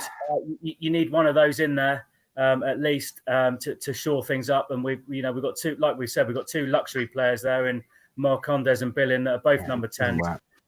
You can't shoehorn them both in. It's one or the other for me. But there's an issue with Pearson's fitness and he's not fit enough to start. You'd like to think he's on the bench, so he's fit enough for at least maybe 45 minutes or half an hour. I think you've got to shore that up in the midfield because they are starting to dominate the game, aren't they? And latterly, towards the end of the half, they were really starting to pen us in a little bit. And it seems like it's only going to be a question of time before they probably open the score. We've had our moments, but they've looked threatening, and we've got to get a grip of Cabano on that left-hand side because he is, as Aaron says, he's whipping Stacey. Stacey's now on a yellow. He's all over the shop at times, so that's got to be addressed. We've got to get a foot on that midfield. I think you've got to double up on him. You've got to double up on him, surely. You've got if Anthony's on the right, you've got to help Stacey out or move Christie to the right, who's good defensively. And the other problem is Lewis Cook's on the yellow as well, don't forget. So he's the one bit of bite we've got in midfield. So you swap him for Kilkenny maybe, but I think Pearson's got to come on. If he's fit enough on the bench, he's got to come on. Because we'll lose the game otherwise. We're losing the game in midfield. We're not far away from the second half here, but let's go live to Craven Cottage for the first time this evening. Can we get Steve Hensman on the screen? Can he hear? Voice of How you doing, reason. Steve? Can't hear you. I've done a very juvenile mistake again and forgotten my headphones. Amateur, absolute amateur. We Take can it hear you. away. Take it away. First half. Sorry, I didn't hear that. Say again. Just take it away. Your first half reaction. First half. It was a bit confusing to start with. Didn't really know how we were setting up, to be honest. Found it a bit confusing that Don was soon to be out on the left, and we had sort of Christie as a false 9, was it? It was sort of slightly central, but further back. But I think they've been the dominant side. We struggled down our right-hand side quite a bit. But I think we had some early chances. We got a few breakaway attacks, which were sort of half chances we could have done something with. But I think overall the game they dominated the ball. I think a bit better than we did. They created a bit more than we did. And if it wasn't for some old school Steve Cook defending, we would have been 1-0 down. I mean, that is just classic Cook. Cook at its best. That was incredible. I mean, not once but twice, and with his face, I think it was it? I don't know. It was both chest by the looks of it. Well, both in the chest. chest. It looked like he wore one face to me. But I mean, brilliant to see that from Cookie. Yeah. I think Adam Smith's done all right. We don't like to see him on the left too much, but I think with his experience in this game, I think he's he'll do the cute things. He'll get the little silly fouls against him and stuff like that. So I think he's done all right. I think the problem lies for us in midfield. I think the Marcondes and Billing I don't really think they're either of them in the game much at all, really. And I think we're losing that battle in midfield a bit. So, yeah, but I think the longer this goes on, I fancy us to nick one on the break. If we can keep it tight for another 20 minutes, I would fancy us. It's whether we can do that. We're going to let you go because we don't want you to miss anything. So we'll catch up with you later. I'm being behaved tonight. I've only had one or two shandies, shall we say? Blimey, Steve. Excellent. Good man. I'm impressed. We'll catch up with you later. All right, love you all. Bye. Cheers, Steve. See you Steve. later. Jack's just said how long until the second half. We're The about players are out there, 2 really. or so minutes away. Quick one then. Aaron, when does Ben Pearson come on? Now. I think he has to. I mean, Marcondes and Billing are, they're luxury players. You can't play both of them in the same team, certainly the way they're both playing. So one of them has to come off. Get Pearson on, and I would worry for Lewis Cook on the yellow as well. He's playing well. He's playing really well, but maybe Kilkenny at some stage. But Pearson has to come on. If he's not fit enough for 45 minutes, he shouldn't be on the bench. We are going into this second half. The players have just come out on the pitch. Keith, what do we do in the second half? Can we shut Fulham out for another 45 minutes, or have we got to try and pin them back a bit? I think we've got to try and take the game to them, but we do need a bit of do something to shore up our defensive problems in the midfield. Really have to do something. Maybe Kilkenny first and then Pearson at 60. But we've got to get something back in the midfield or we're going to lose this game because it's just one mistake. Could be anyone and that's it. It's a red card or it goes in and then we're really in trouble. But, let's see what happens. Brilliant. We're going to see you after the game, Aaron. Yeah, Win, see you at lose, the or end, draw? boys. Win, lose, I'll or be here. draw. I'll be here. Absolutely. We'll See see you you in a bit, Aaron. See you later, Keith, thanks for Matty. coming off. See you later, Keith, coming on. Keith. Good to Jump see you, in mate. if you want to, Keith, during the Definitely. second half. We'll see you. Matt, I'll keep you in just for a few minutes more. We're just about to kick off. We have just kicked off, so the second half has started. Dom's in. Dom's in! Let's go! From kickoff! Get in! Dom Solanke! And thanks to From Matt, the my eyes kickoff. weren't even on it. It's incredible. Inside 10 seconds.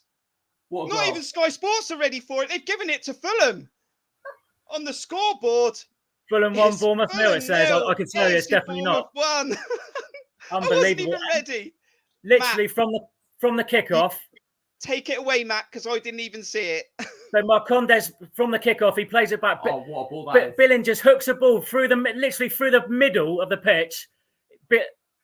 Billing hooks a ball through the middle of the pitch. Dom Solanke runs onto it and smashes it in the top corner past the keeper. It's an incredible finish. Gets a yard on the centre half, who can't keep pace with him. Just a basic ball hooked down the middle by Billing. Solanke gets a yard on the centre half into the penalty box and smashes it in the top corner. Bang. It's great. 1-0 Bournemouth. Top of the Get in. net. AFC Bournemouth 1, Fulham 0. Matt scared me. Didn't even know what was happening. Then I saw the goal. And Matt, I was going to ask you, as we kicked off, what do we do in this second half? Now that answer might be different. Now it's 1-0. Does this change the mentality of Scott Parker? Yeah, I mean, that is what we do, obviously. But I couldn't see that coming. The problem... what a Chance save. for Fulham to save down low. It's a corner to Fulham. Sorry, Matt.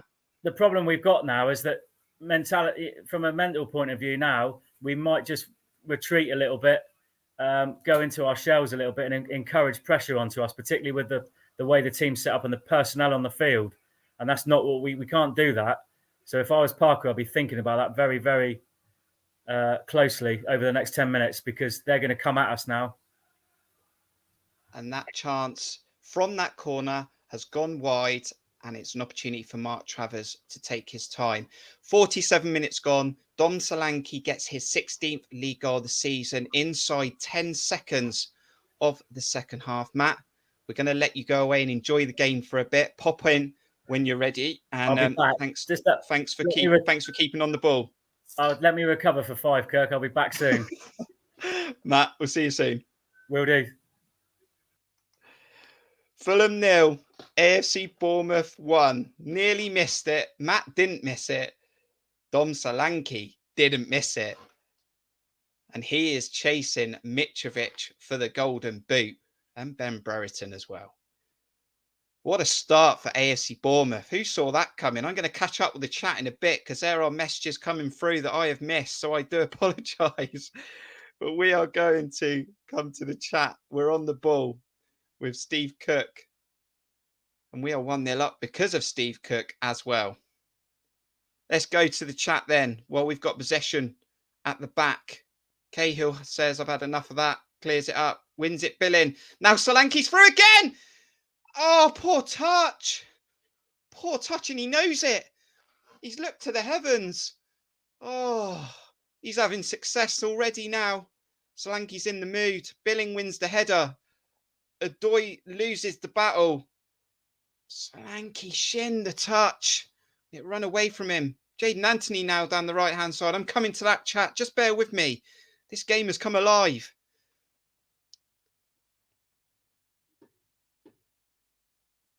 Let's go. The Cherries, Jack says. Thomas, what a strike by Dom Solanke. Oh, my word, says AFCB Germany. Jack says from halfway. Cameron goes, get in. Again, Germany, get in. Caught Fulham off guard. Amazing. Was that off the training pitch? Potentially, it was played back and a long ball to pick out Solanke. And now Marcondes is on it. We're getting success. Jaden Anthony, Jack Stacey's run inside beyond him. And it's crossed behind Billing. He ran in front of it. Christie! Volley hit the ball down into the ground and it ended up going straight to Rodak. But we're on it. Scott Parker sent us out. Go get the goal. Go get the 3 points. Sammy's gone, wow, 3 times. Dom, Solanke. Can we hold on now? That's what Badger and the Bournemouth fans saying. And Harry Wilson's got the ball in Bournemouth's half. Tom and Sam, are they still in the concourse? Did Steve see it? We'll have to ask Steve if he comes on again. It's a chance here for Fulham. Inside the box, saved by Travers. Doesn't try to catch it, parries it out. Body's on the line. 40 minutes to go. Bournemouth at top of the league as we speak. Mark says, that touch, that finish. Abby, what a beautiful goal.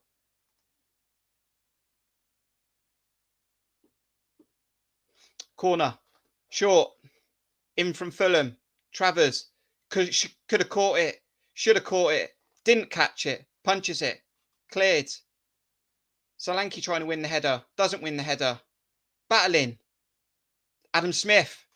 Players to the right. Foul. Technical foul. Is that going to be a yellow? Should be a yellow. And Fulham don't pick up a yellow. 2 yellow cards for Bournemouth in the first half. None for Fulham. And that was a technical foul with players getting beyond Lewis Cook. And there was a chance there. Germany's enjoying a bottle of cider and some Pringles. Loving this. AFC Bournemouth, we're looking for our first win in 4. And looking to get our first win since the international break. Thanks for joining us. Hope you're enjoying the game. Thomas said this match is intense. Need another beer. On the Lucasade. And we are 51 minutes and 23 seconds into this championship match, day 21. Top 2 in the league, going head to head. And Bournemouth have the first goal in this game. I called Solanke to score the first goal. I did go for a 1-1 draw. I hope I'm wrong with that part of the prediction. Steve Cook. As we just calm ourselves after a busy 5 or 6 minutes. Philip Billings looking to take a header. Looking to take a throw-in, shall I say. He leaves the throw-in to Adam Smith, and we can take a breather in this game.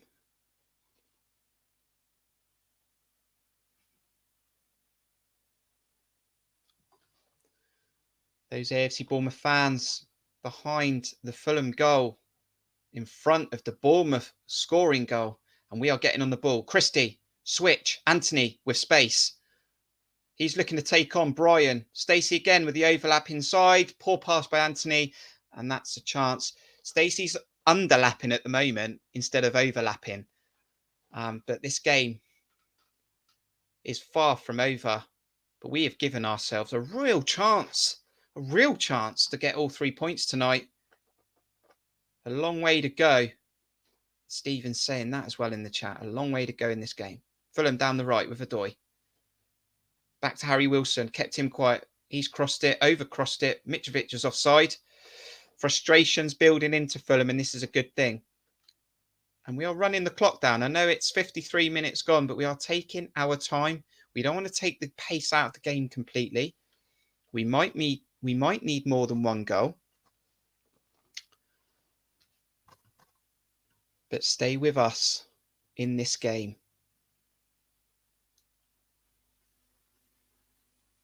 Cook. Short goal kick. Dom Solanke. Ryan Christie getting on the ball more central. He sprays it out looking for an Anthony. Anthony's won it. Given away by Tim Ream. Poor touch by Anthony. Intercepted. Ream redeemed himself. But Fulham give it away again. Back with Adam Smith.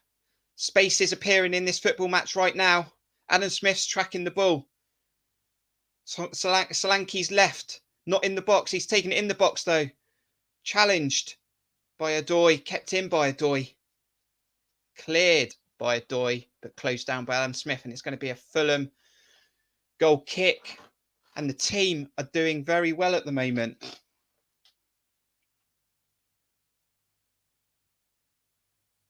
Battling away are the AFC Bournemouth players. And Fulham have a goal kick with Tim Ream.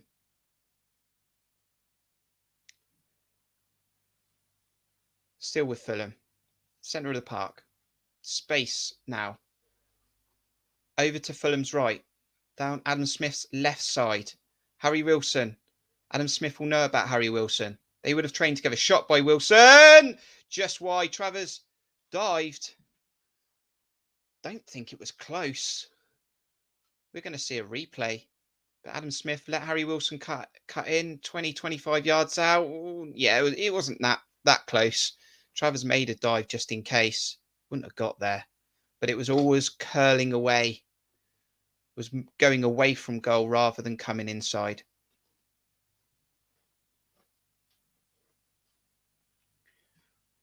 Ben Pearson has his top off.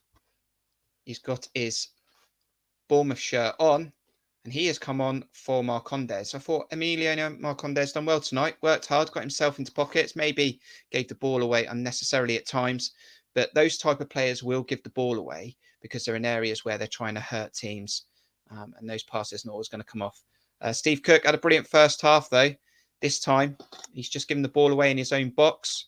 Come to nothing in the end. It's gone out for a Fulham throw-in, but we were trying to take the goal kick short, and we've given possession away deep in our half.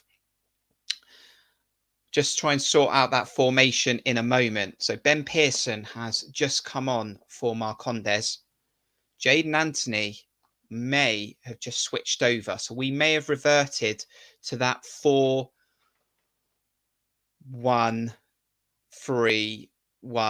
That formation. Looking at the goal again from Dom Solanke straight from kickoffs here. It looks like Lewis Cook is still playing deep. Pearson's dropped in with Billing.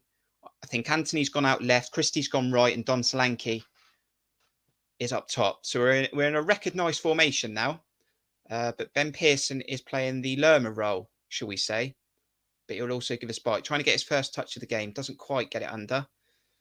Adam Smith wins the ball from Harry Wilson, and Anthony's on the left. His more comfortable side. Switches to the right. Ryan Christie had a good start to this second half, getting on the ball.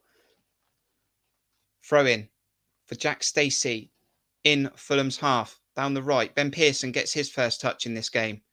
Lewis Cook back for the Cherries. That is a positive amongst the negatives of the injuries we've had to deal with lately. Cahill switch. Jaden Anthony. Smith controlling possession at the moment. Pearson back to where it came from with Cahill. Lewis Cook just taking the pace out of the game a little bit here. Bournemouth just keeping possession. Travers goes long, and Fulham win that ball in the air. But this time Cabano had a good first half for Fulham in regards to getting on the ball and keeping possession for them, and had a few chances with his left and his right, saved by Travers, but he's given away a throw-in, couldn't keep the ball in. And Jack Stacey will take this throw-in. 57 minutes going into the 58th minute, and Dom Solanke scored in the 46th minute. 16 league goals this season. And he is 4 away from that 20 marker.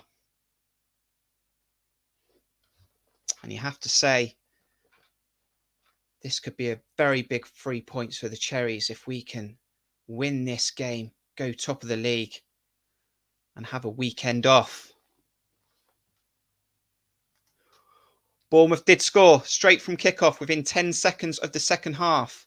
Dom Solanke with a great finish, almost a half volley, top of the net. And the Bournemouth fans went wild. And they're showing the Bournemouth fans at the moment. I'm sure they've been loud and proud this evening. Steve Cook threw his body on the line just before half time. That enabled us to go in equal. And then we came out and we took the lead. And now it's up to Fulham to try and get back into this game. And can that open up chances for us to counter-attack Adam Smith smiling. Had a new baby girl this week. Congratulations to Adam Smith and his partner. The birth of their baby child. He takes the throw in. Lewis Cook. Solanke's hobbling. Trying to get away from the defender. Steve Cook. Long ball down the line. Again, Dom Solanke's battling. Working so hard is Dom. That's the difference in it. He does work so hard for the team. He's wearing a bandage as well. He took a cut to the head. Trying to win a header in the box in the first half. I'm seeing stuff like Harry Wilson might score in this second half. We've got to stay positive. Can we shut Harry Wilson out this season?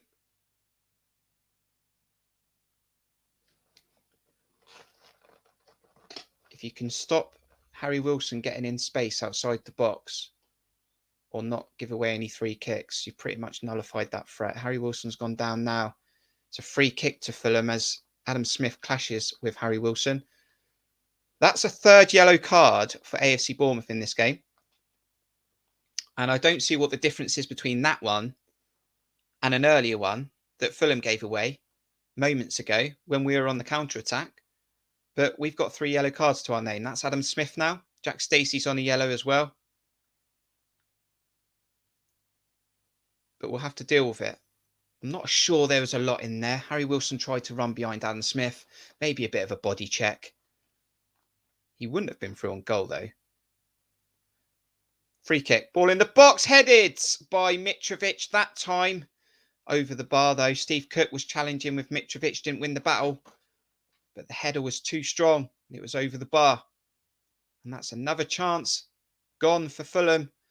And Bournemouth are still 1-0 up in this game. Match day 21. Top of the championship as it stands. Abby, all of our team are going to end up on a yellow at this rate. And Badger. And the Bournemouth fan, I'll take 3 yellows over the penalty they missed. And welcome to the stream. Daniel from America as well. How are you doing? And I'm sure he's enjoying seeing the Dom, the GOAT, get the goal in this game. 61 minutes gone, 40 seconds, and we're going to bring Matt back into this game. It's settled down a bit. It was a bit quick and pacey in the first 15 minutes or so. A great goal that you witnessed with me, Matt. But time for us to get a little bit of control again and try and see some of these chances out that Fulham are going to bring. Yeah, so we brought Pearson on, as we thought. That had to happen, didn't it? Yeah. The worry now is that both fullbacks are on yellow cards, along with Lewis Cook in the midfield as well. And I just worry as the game goes on.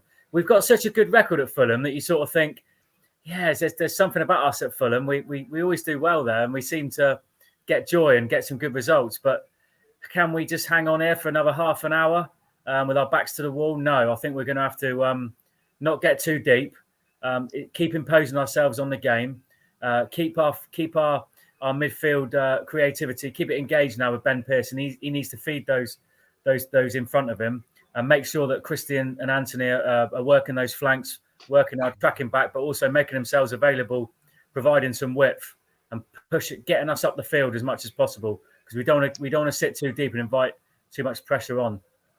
Absolutely. So with 28 minutes to go in this game, at some point, Fulham will need to be more expansive than what they have potentially been in this game. And that will open pockets. And that's where we've got to get the likes of Jaden Anthony. We've got to get Ryan Christie in those pockets, in those areas. And with Dom Solanke very much on it tonight, he wants a piece of it. You know, there is a second goal there, hopefully, for the Cherries. Yeah, I mean, if that's what we've got to be looking to do. We've got to stay very, very switched on. The work ethic's got to stay high. You know, the all over the pitch, we've got to be very, very concentrated and very switched on from a defensive aspect. But if we can find some space and we can find those pockets and keep that team, keep up the pitch, don't sit too deep and keep as high up the pitch as we can. Fulham will they'll get desperate. The fans will get restless, and we can pick our moments and maybe hit them on the break, because a second goal would, I think, at this stage would probably kill it. I know it's easy to say, Matt, And easy for us to say when we're sitting at home watching and not in Scott Parker's position. But if he does bring on the subs that he's made with Ben Pearson, that is brilliant. I like that. It's absolutely fine. But if we take off an attacking player in the next 10 minutes, it will give more impetus for Fulham to enable them to go, well, we'll throw another one forward and another one forward. And then it becomes Coventry again. I know we've got 11 men, but that's what we want to try and make sure doesn't happen. Yeah, and he tends to do this quite a bit, doesn't he? When we're defending a lead, he'll throw Metham on, he'll go to a back five, and it does just invite pressure. It gives the opposition so much encouragement, doesn't it? Because they think, oh, hello, they're clinging on for their lives here. They're going to sit another 5 yards deeper. They're just desperate to cling on here. So let's go for it. Let's go all out. We've got nothing to lose, and I don't like that. We've got to retain an attacking threat so that when we do get up the pitch, because we have got the quality. So when we do go up the pitch, we pick our moments. We make sure it's concise and precise in terms of our play, but we're capable of nicking one. Okay, Anthony's on the ball here. Stay with us, Matt. Anthony's on the ball with the left. Adam Smith is overlapped in possession, slowed the game down. Anthony on his favoured side, gone back to Lewis Cook. Ben Pearson getting involved. He goes back to Steve Cook. We're going to try and re-engineer this out to the right-hand side. It has gone out with now Jack Stacey. He's gone back to Steve Cook, and he's going to look for a long diagonal. He's trying to pick out Anthony. He's giving it away. The Fulham defender's giving it away nearly to Dom Solanke, and that's gone out for a corner. Right, Matt, we're going to catch you after this game. Do we still win this game? Oh, so it's oh, God. Yes, I'm going to go yes. Brilliant. Somebody else wants a quick word. I've got somebody you might recognise here, Kirk. Well, I can see his arm just about. It's a famous training top. Morgan, how you feeling? It's a bit nervous, ain't it? Like, I think if the whistle could go now, every Bournemouth fan would take it. But we've still got a good maybe half an hour with added time. So hopefully there won't be too much added time this evening. But I think we're it was just a corner, good... Morgan. Bear with me. Anthony in. Oh, Cahill went for the volley. Sorry, Morgan. Just a corner there. But yeah, where you were, Morgan. I think in terms of the fact that we scored straight after half time done wonders for us. We're in control of this game now. We just got to hopefully grind out this result. And every Bournemouth fan, if we can get over the line, will be ecstatic for the rest of the evening or the weekend, because it's just going to set that bit of a statement for the rest of the season, hopefully. And I think we played some okay football tonight, but I think Travis has made a lot of saves. He's been quite good with his hands and getting down low, so we might need him a few more times before this game's over yet. But yeah, no, it's going well so far. Let's hope we see your smiling faces at full time. And remember, we would have taken a draw.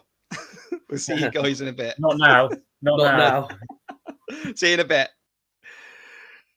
Fulham 0, AFC Bournemouth 1, 67 minutes and 24 seconds. That was Matt Davis and also Morgan Scott as well. It's a free kick to Bournemouth. We've got 23 minutes of normal time left in this game. Daniel from America said Solanke, best striker in the world. Maybe the best striker in the Championship, if we're being biased. And he's doing very, very well this season. Thomas, attack is best form of defence. Keep them under pressure. Absolutely. That's going to be key. The next 10 minutes, if Anthony or Christie or Billing come off the pitch, then we will drop deep as a team. That will just naturally happen. And then it will be squeaky bum time. And as we speak, Tom Kearney, Fulham has been Fulham captain. He's been with Fulham a long time, scored some big goals for them in their club's history. And he's looking to come on, and obviously Bobby Reid as well.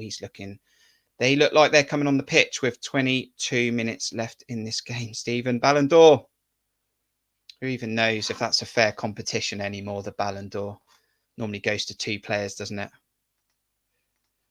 Next subs. I wouldn't change anything. Pearson has come on. I don't want to take any attacking players off yet. I think Anthony will do the work going backwards. Christie will do the work going backwards. And we've got Pearson and Lewis Cook in there. There is no need at the moment to change that. If it is going to be changed, I would prefer to see a like-for-like change rather than a formation change where we bring on a defender or a more negative player, because as I said, it will just put us under pressure again. And look, we would have taken a draw, wouldn't we? We would have taken a draw at the start of the game. We're winning 1-0. Let's keep it as it is, and let's see if we can get a second goal. And the more attacking players we keep on the pitch that will defend out of possession, the more chance we have at scoring a second goal. So let's not change anything for the moment. Changes, though, are happening for Fulham right now. They're going to bring on 2 players, as I said. Tom Kearney, technically a good player with his left foot. He normally plays central. And Bobby Reid, I think he was at Cardiff, wasn't he? He may have scored against us. Tom Kearney's coming on for Seri. And Carvalho is coming off for Bobby Reid. Thank you for joining us.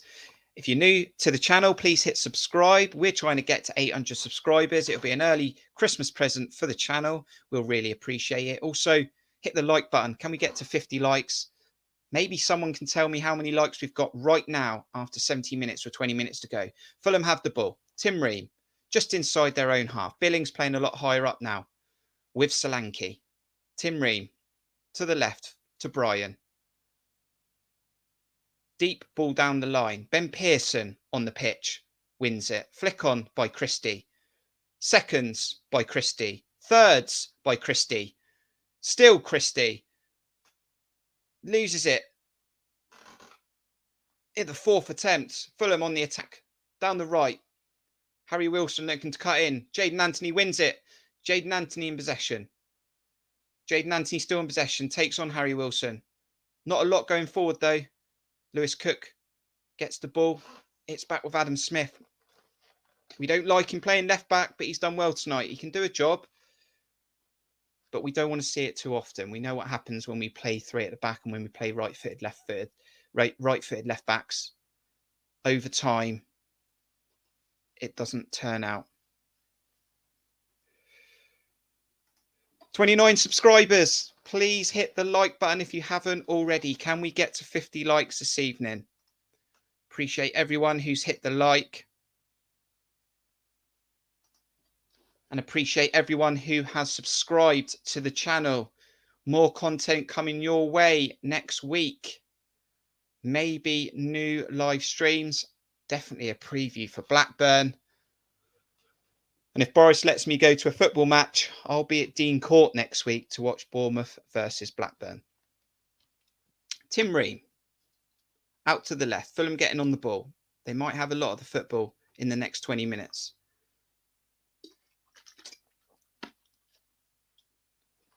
Cabano runs it out of play though. Oh no, it is a Fulham throw-in. With Brian. Can the Cherries hold on to what will be a big victory in the Championship? Benjamin Bloom said he'll come back on the channel if Bournemouth win, and it's a big flag in the sand if we were to go to Craven Cottage and get a result. Cherries. Dom Solanke has the ball, has a free kick, 15 yards outside our own box. And this is the concern now, is when we get in possession, we do not want Dom Solanke picking the ball up outside of our box. Steve Cook, Gary Cahill, been absolutely solid at the back. No pace, but grit, determination and strength. Jack Stacey is doing better this half on a yellow card. Adam Smith's been fantastic. And as a team, with heart, we took our goal very well. We are 17 minutes away from a victory. Mitrovic, 21 goals this season, no goals this evening. He looks to come and get the ball. He's now linked up play with Fulham down their right-hand side. Harry Wilson inside the box, right-footed cross. And it's going to be another corner, claiming another handball. That's about the 4th time that Fulham have claimed a handball in this football match. Again, no penalty decision. Again, it wasn't even handball, it's off his chest. Corner to Fulham.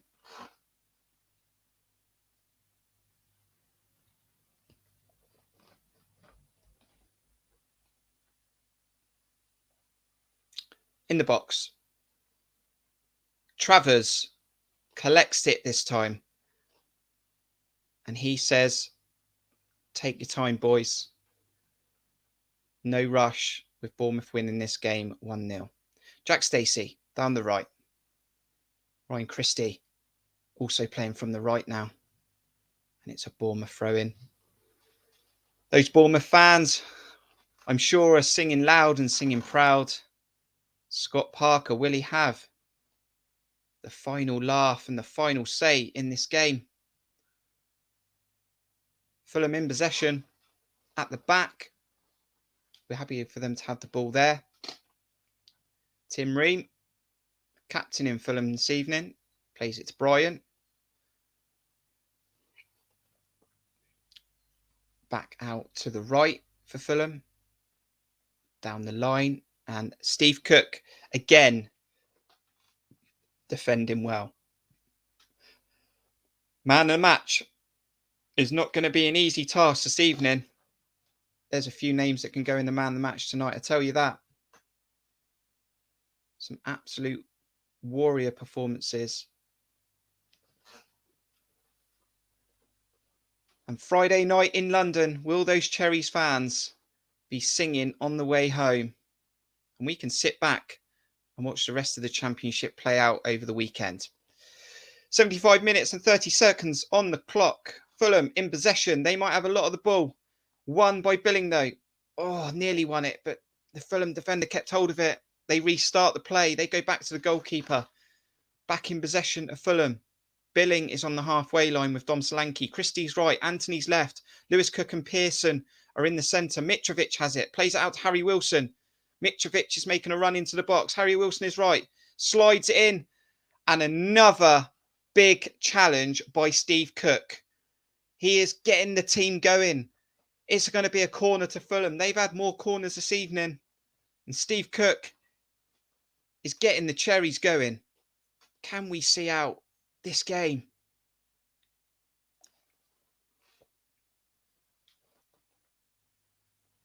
It's going to be a corner to Fulham. Ben Pearson's having a word with the ref.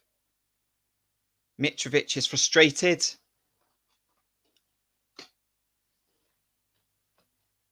No goals tonight. Dom Solanke's winning the battle of the strikers. Fulham, Tom Kearney in the box. Header, Mitrovic. And saved by Travers. The pressure was on Mitrovic. It looks like Ben Pearson was marking him. He knew he wasn't going to win the header, so all he could do was make the header as hard as it could be. Mitrovic is maybe asking if he was being restricted, but it's a contact sport. And Pearson's just putting the strength on and just trying to make the header difficult, and he did that. Great play from Ben Pearson. But Fulham are back in possession with Tim Ream. Cabano. Tom Kearney's in the centre. Possessional stats will be going Fulham's way in the last 10 minutes. Can Bournemouth dig in deep? 1-2 with Harry Wilson. Bobby Reid trying to get the ball in. Blocked. Out for a throw-in. Quick throw-in by Fulham. Harrison Reid. Kearney. Harry Wilson. Kearney. Through. Charles for Fulham. Blocked. What a save by Mark Travers with his legs. Still with Fulham. Harry Wilson in the box. Overhead kick clearance by Ryan Christie. And Ben Pearson. Dom Solanke's in a one-on-one race with Tim Ream. Wins the ball. Now he needs support. He's still got it. Still needs support. Oh, and it was cleared by the Fulham defender in the end. And Mark Travers wants clean sheets back on his record. And that's a great save low down with his legs. Cabano got himself in space inside the box. To the right. Shot low. Travers went down, sprayed himself out. That's a great save. Down to his left. That's another chance that Fulham haven't taken and we've dealt with. Just over 10 minutes to go. Adam Smith has a throw in.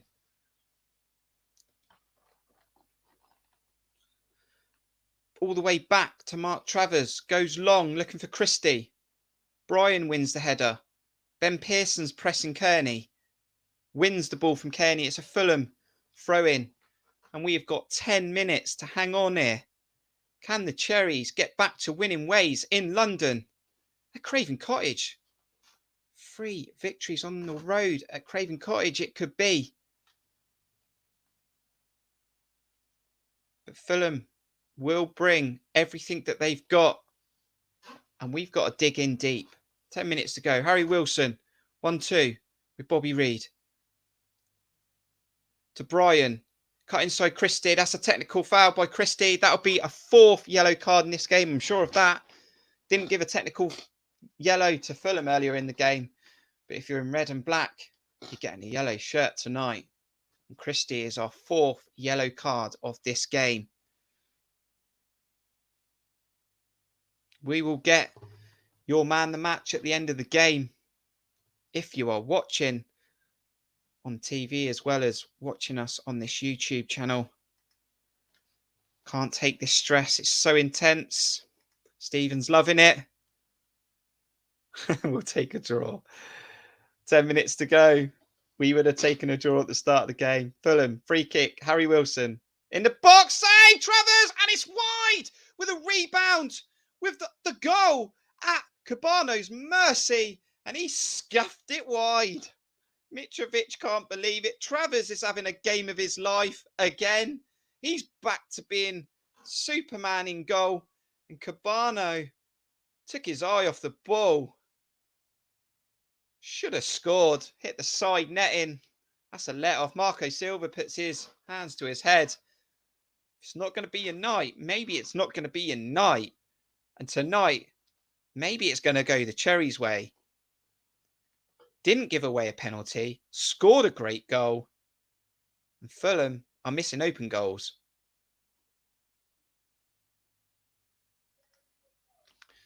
Lewis, what a save. Absolutely great from Mark Travers. He's had a brilliant night.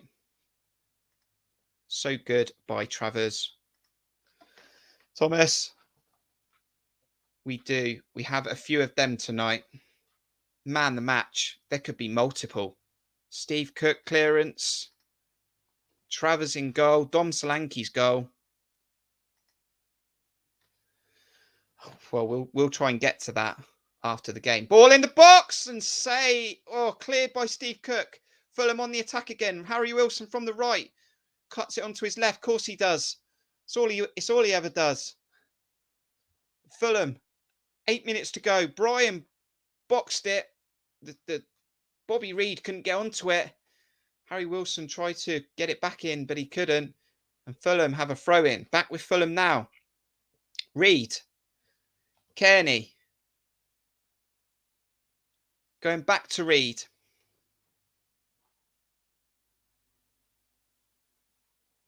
Anthony now wins the ball. To the left. Again, not much support. Turns into traffic. Gives the ball away. We've got to try and show something going forward when we get the ball. We've got to be a little bit brave without exposing ourselves. Steve Cook battles with Harry Wilson. That's out for another corner. Steve Cook is now breathing hard as well. 2 games in the Championship. Some were saying his career at Bournemouth's over. Maybe not. Maybe he's got a big say in this season. Ball in the box. Cleared. By who? You know who. Steve Cook, that's who. Reid, Fulham. They're flooding the box again. It's out to the right. It goes to Wilson. Cuts it back. I think it's Reid. Kearney. Now it's back in the box. Header! And it's in. This time it's in. Tosin equalises for Fulham. Kearney's ball in. Travers couldn't get that one. It was sort of on the cards.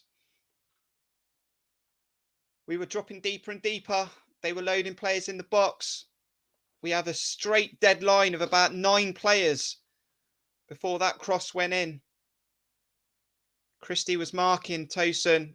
Tosin got ahead of Christie. Fulham won. AFC Bournemouth 1. That was my scoreline.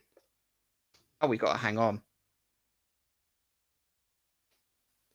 in this game.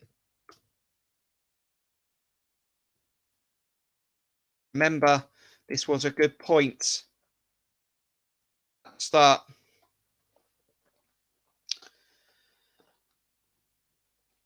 The Fulham fans have come alive. Top 2 teams in the league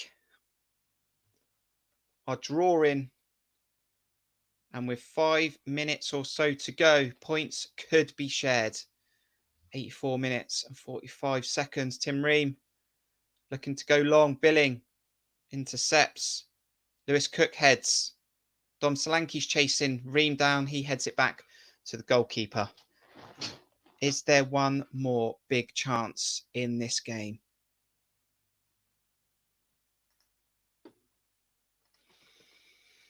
Come on, you Reds.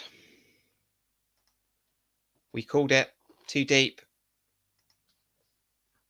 I felt like we'd go too deep if we made changes, but we went too deep with still keeping those attacking players on the pitch. It's always going to be difficult.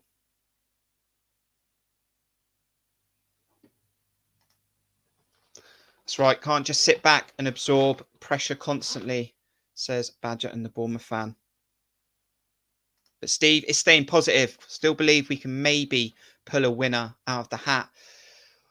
Well, if a winner is coming out of the hat, Chris Mepham is entering the pitch and Robbie Brady will be making his first appearance in a Cherries shirt.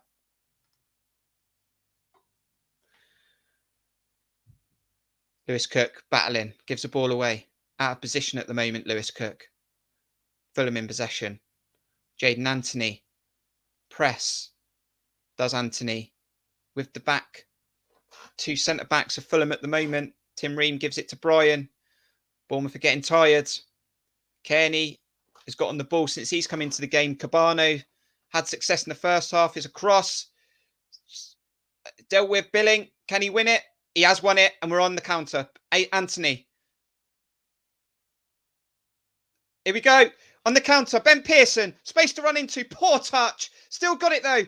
Anthony. Oh! Poor pass to Anthony. He ran away. He was through on goal. If it was a better ball. But Anthony still gets it, feeds it to Billing. Cross intercepted. Pearson was one good pass away from getting Anthony in. But it was too heavy. And Anthony was ending up going towards a corner flag. And that was a chance. Didn't take it. This game is stretched. Fulham in possession. Free kick given away. Billing is the 5th Bournemouth player to pick up a yellow card.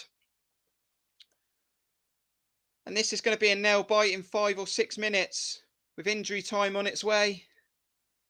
Oh, Ben Pearson travelled through the middle of the park with the ball. Battled it through. One pass away, and Anthony should have been through on goal. And that was Anthony's last action of the game. He's coming off for Robbie Brady, and Adam Smith is coming off for Chris Mepham.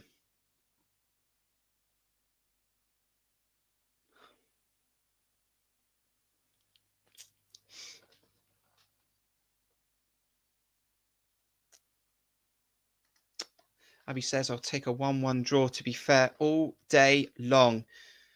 Same, but we may have got a second chance there to get a second goal.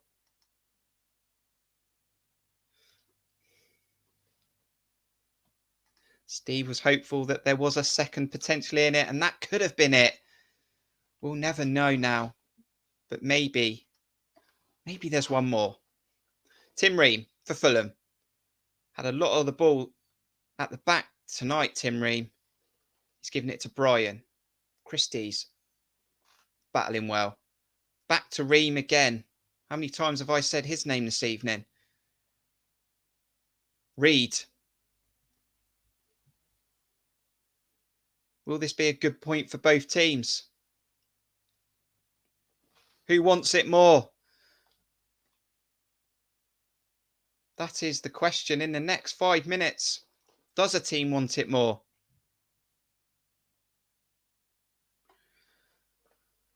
Reed. Wilson. Adoy. Foul by Robbie Brady. It's just given a foul away. First action for the Cherries. First thing he does is give a free kick away on the right-hand side. Maybe an opportunity for Wilson to whip it in. Got to defend this. Steve Cook is currently marking Mitrovic. Cahill wants to know what another player's doing. Can't see the player he's talking to at the moment. Get your player. Know who you're marking. Let's deal with it. We are going in to the 90th minute. Fulham 1, AFC Bournemouth 1. Free kick.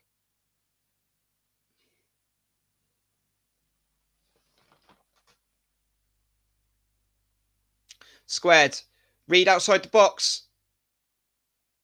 And that's a corner.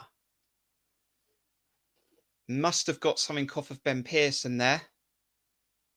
It was played short across the box.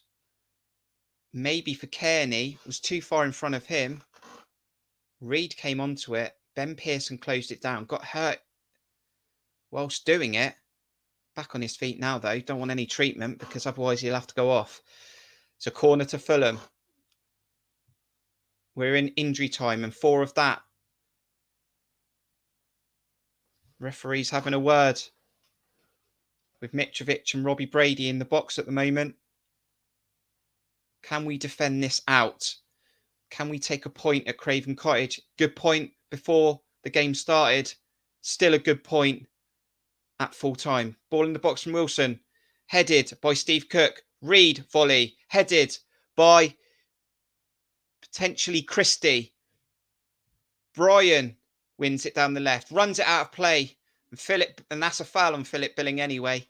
But it's a throw-in. Got 2.5 minutes to go. Stay with us after the game. We'll get some match reaction. Scott Parker's just looking for a little bit more. We're going to get the guests back on. We'll get their full-time reaction. We'll get your man of the match. And there's going to be a few players in the hat for this one. Jack Stacey, throw-in. Billing wins the header. Dom Solanke battling from the front. Still battling from the front. Wins it. Poor touch again.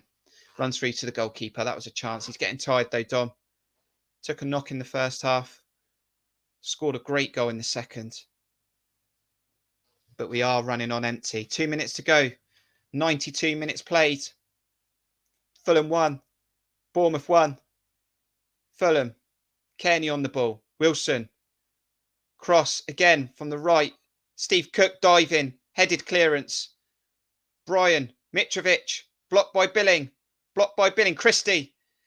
Dom's got no energy to get out the pitch. Christie. Nowhere to go. Goes backwards. Dom is all out of fuel. We are playing for a point with Billing. Lewis Cook. Christie. Jack Stacey's gone for an overlap. Not seen. Chris Mepham's playing left back. He goes for the switch. Switch that wasn't quite on. Unsuccessful. 1 minute to go in this game.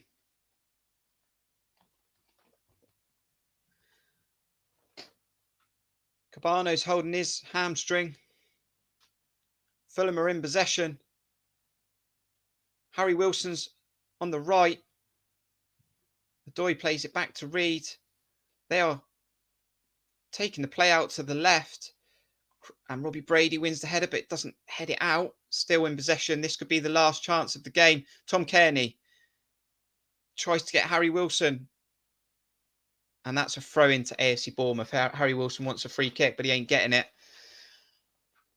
And it looks like we're going to have a score draw at Craven Cottage with the top 2 teams in the league. 1-1 was my scoreline. We pretty much said we'd take a draw all day long. And we are moments away from that. Stay with us after full time. Don't go away. Please hit the like button, subscribe to the channel. More content coming your way next week, more previews. And that is the last action of the game. It is Bournemouth 1, Fulham 1 at Craven Cottage. We're going to take a look in a moment at those statistics. That's a good point. Still trying to find that winning formula. You've got to say, we would have taken that at the start of the night. Let's take a look at those all-important statistics, and then we're going to get some match reaction. We're going to get some guests coming on, giving us some raw reaction to that 1-1 draw. We may go live again as well to Craven Cottage. But let's take a look. Fulham 1, Bournemouth 1. 63% possession to Fulham, 37 to Bournemouth. 24 shots for Fulham to AFC Bournemouth's 8. 7 on target to Fulham, 3 on target to the Cherries. One of them was the Solanke goal. 8 shots off target, 4 off target. Corner kicks heavily with Fulham, 11. 3 corner kicks to the Cherries. And all the passes as well go into Fulham. But they were the home team, so we shouldn't be surprised by that. Let's have a look then at the updated table. Let's see if it is up to date, shall we say. We'll get that table in just a bit, but it will be Fulham on 44 points, and it will also be Bournemouth on 43 points. Going to get some guests on very soon then. How are you feeling? Tell you what, if you want to put your man of the match in the chat, let us know your man of the match. Is it Steve Cook? Is it Dom Solanke for his goal? Mark Travers had a performance again that he's had before. It's like almost watching Tottenham all over again. Unfortunately, he didn't get the clean sheet, but some great performances. So let us know your man of the match. We're going to come back and get some match reaction from our guests that we've had on this evening. And make sure you put your thoughts in the chat.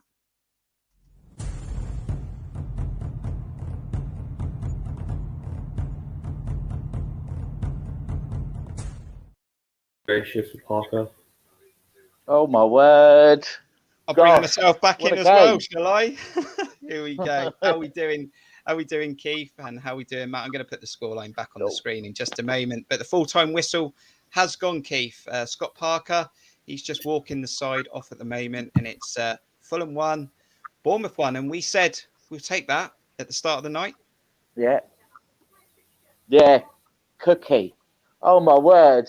We've forgotten about him, haven't we? Oh, that was a magnificent performance by him tonight. He kept us in the game. And Dom, I missed the first goal. I missed the first goal because I was just sitting down and just put it on, and then it was all a beam. It's just madness.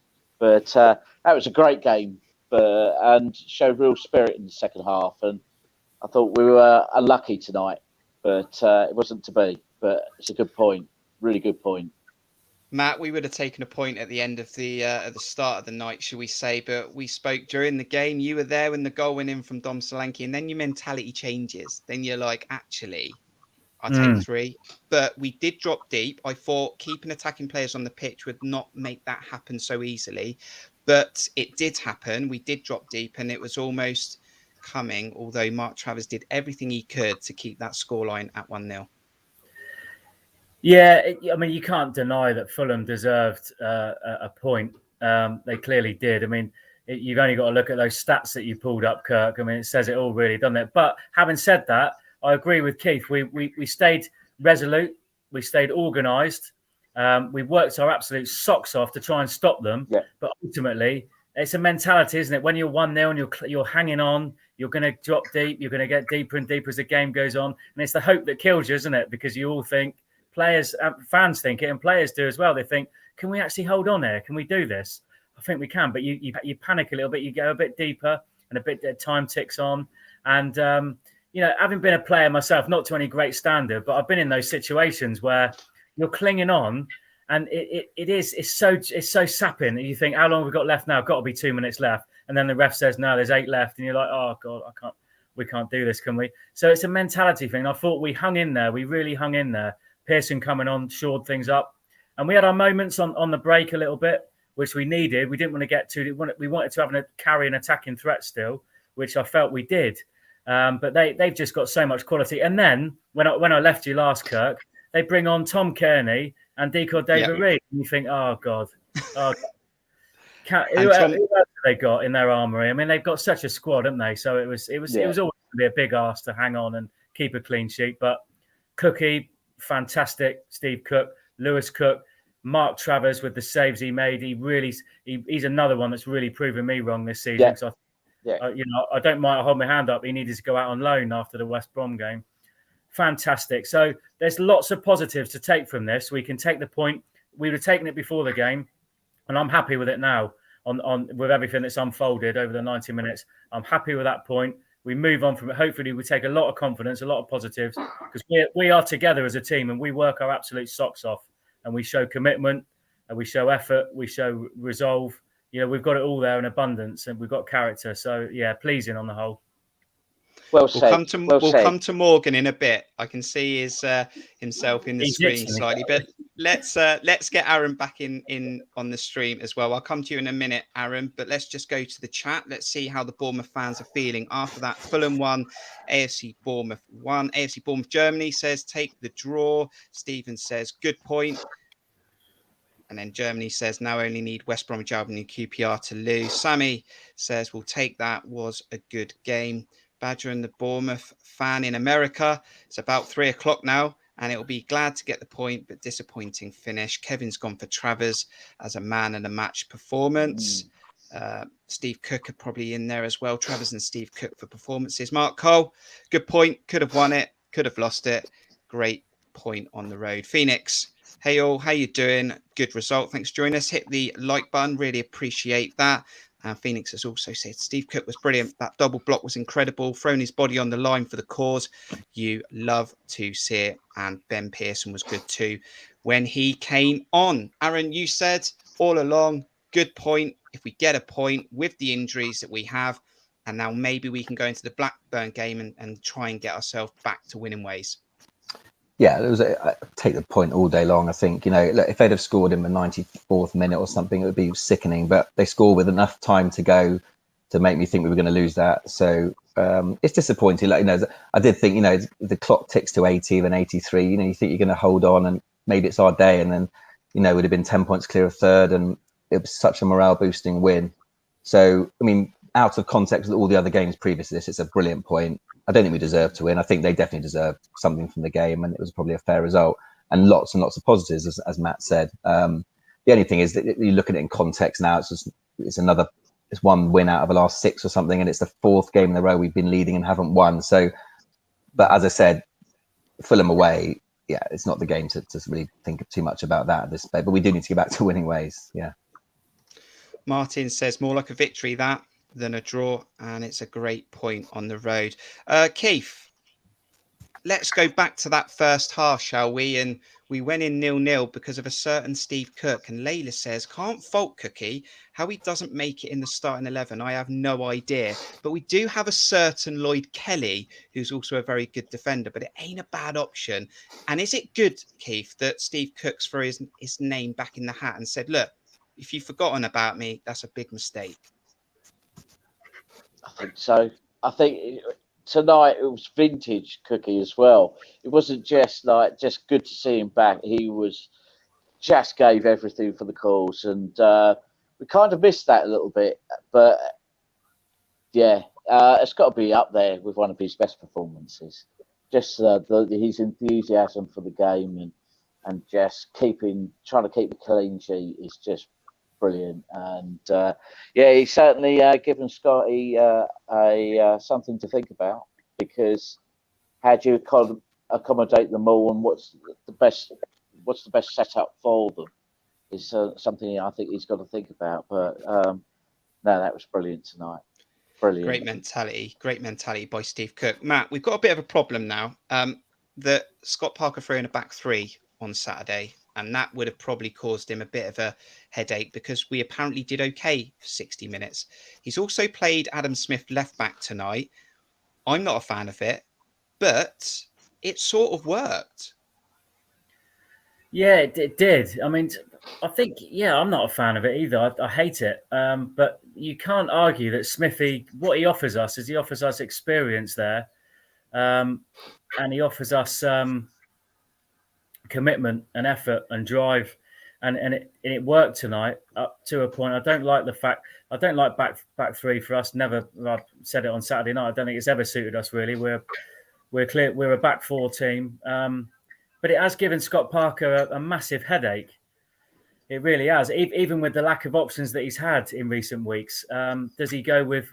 I think he's got to stay with Cook and Cahill now for the next game. For me, you can't drop Steve Cook on that performance, or Gary Cahill either. I think the two of them.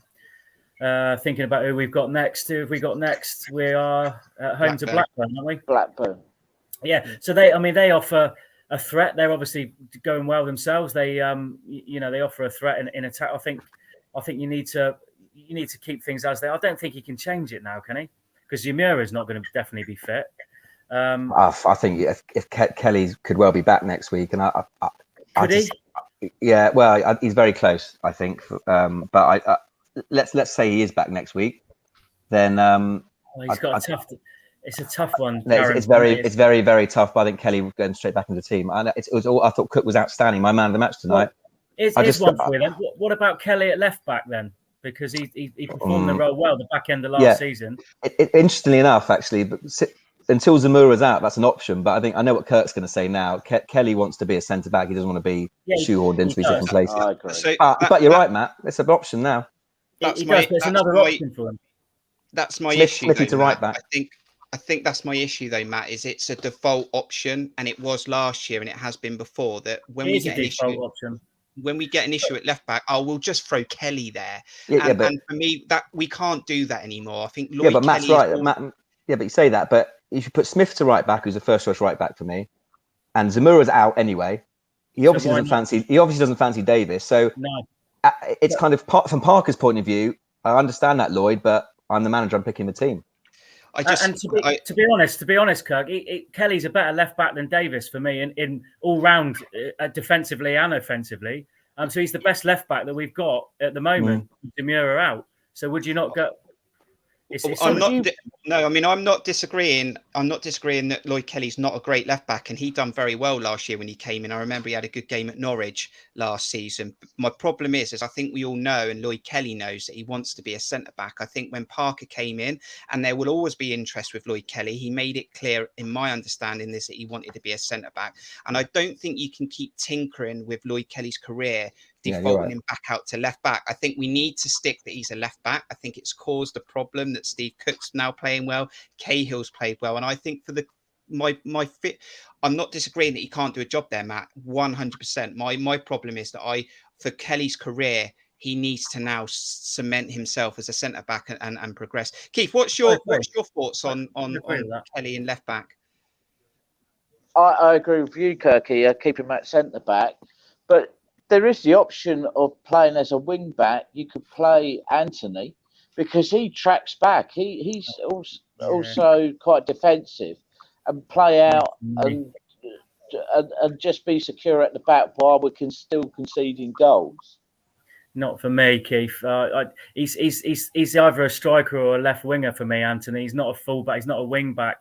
I think it nullified our threat against Coventry. I mean, they were so weak down that right-hand side, Coventry. I can't remember the name of their right-handed centre half, but he was awful. We didn't get at him enough, and it nullified our threat. Anthony being a wing back, he can do it, and if you ask him to do it, he will do it because he's got energy and abundance, and he'll track back and he'll put work rate in, he'll make challenges and stuff. But he's not a wing back, as he is a striker. He's a left winger really. So this is the problem Parker's got now. We're having disagreements about the side, and that's because the manager, not us. Players are playing well now, but we're trying to now get Lloyd Kelly in the side because Steve Cook and Cahill have been fantastic. Then you've got the conversations that are going to happen behind the scenes about Lloyd Kelly. Okay, can you do a job for me at left back? I don't want to do a job at left back. I'm sure he would do it, but then I think you go down a different road. let's just pull it back a bit though. Let's get Morgan in for a bit of screen time. I know he's desperate to get in there. We have got Jackson saying Solanke worked his socks off tonight. He could have had a headed goal, Morgan. He worked himself a left-footed chance in the first half, and then he took that chance 10 seconds into the second half. Dom Solanke, 16 goals. Do you know what, Kirk? I think Solanke, what we were saying I gave Solanke the most criticism because I wanted him to be a good player, and every time you watch Solanke, he's just getting better and better and better. I think in terms of it, he just seemed he wouldn't have been able to do that a season ago, but that finish over the ball from Bidden was outstanding. Bidden had quite a few poor games recently, but that ball over and then he just buries it. It was an incredible finish. Let's go live to Craven Cottage then. We're not sure what's going to come out of this voice because we did take the lead, we did drop off deep, and we did concede. But how is Steve Hensman feeling after the game? 1-1, Steve. We said we'd take a point on the road. Are you happy though? I'm indifferent about that. You're right. I would have taken, snap your hand off for a point at the beginning of the day, no doubt about that. But just the way we conceded the game to them, second half, it just doesn't sit right with me. It doesn't sit well. That's the last 4 games we've conceded the lead that, we've been in front in these games, and we've just sat deep, invited pressure, and inevitably, with the likes of Mitrovic, I know it wasn't him that scored, but the aerial power that they had, just madness to me.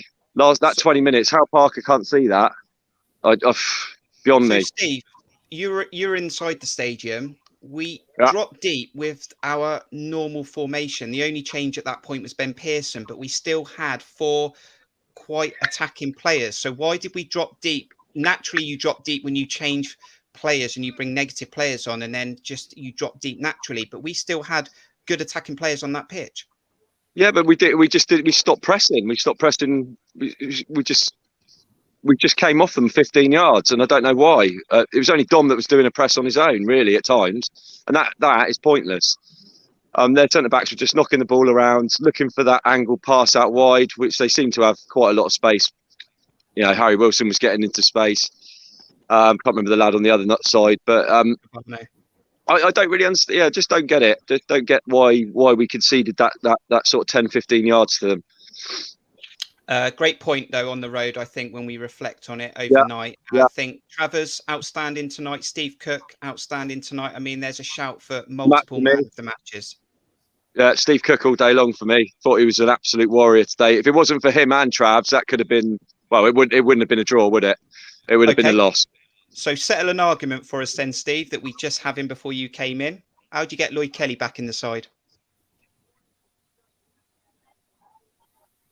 Ask Scott Parker. He's the man who's full of common stuff. That's what we said. I knew you were going to pass the buck. Unfortunately, it will be Mr. Cook that misses out. I feel. I mean, you can't not have him back in the side. Although Steve Cook was brilliant tonight, he's not the future of the club, and I don't think he's in Scott Parker's long-term plans. So he's a bit of squad depth we need in that position. But you are the future of the club, Steve. Another away day. Great to have you on the stream. Your man of the match was Steve Cook? Yeah, I mean, I think Dom put in a great shift again tonight. I thought Lewis Cook was busy. Gary Cahill did okay, but for me, probably Steve Cook. Great to see your beautiful face. Safe travel home, and I'll speak to you soon. Yeah, all right. Thanks. Lovely to see you all. Cheers. See you later, matey. See you, Steve. Aaron, 8 days now. Be able to get some rest into the team, maybe get some extra players back, and we, as I said, move on to Blackburn. We had to deal with Mitrovic tonight. Next, we got to deal with Brereton. Yeah. I think it's a real confidence boost because it's the hardest game of the season. It will be our hardest game of the season tonight. We came out with full credit, and And we've got to take confidence from that. I think the players might be a little bit down. It was another late goal conceded, and as Steve said, that's just been a habit. Coventry obviously was a sucker punch. Millwall, Derby, obviously we were winning. But I think if they'd have scored at the end, it would have been an absolute killer. But I think hopefully the players will come off that pitch thinking it's a good result, and go into the game with confidence. But we do need to get back to winning ways. As I said, I don't blame them at all tonight. I think we all would have taken a draw, and it was a great result in its own right. But we do need to get back to winning ways. 1 win in 6. We've just got to be careful. The good thing is, as well, is that the worst we can be is 5 points clear now. It could have been 4, but 5. It's a bit of a better gap. And we've got to go into Blackburn now. Next 3 are very tough. Middlesbrough with a new manager, and QPR. Just want to get through this Christmas period, and then January on paper looks a little bit kinder. But what we can take from tonight is that we shouldn't be scared of anyone. We went toe to toe with one of the best teams, the best other team in the Championship, with a few players out. They had pretty much their full team out. We've got nothing to be scared of, and that's what we've got to think now. Really, nothing to be scared of. We're not going to come up against much better than Mitrovic, Wilson, Cabana, are we?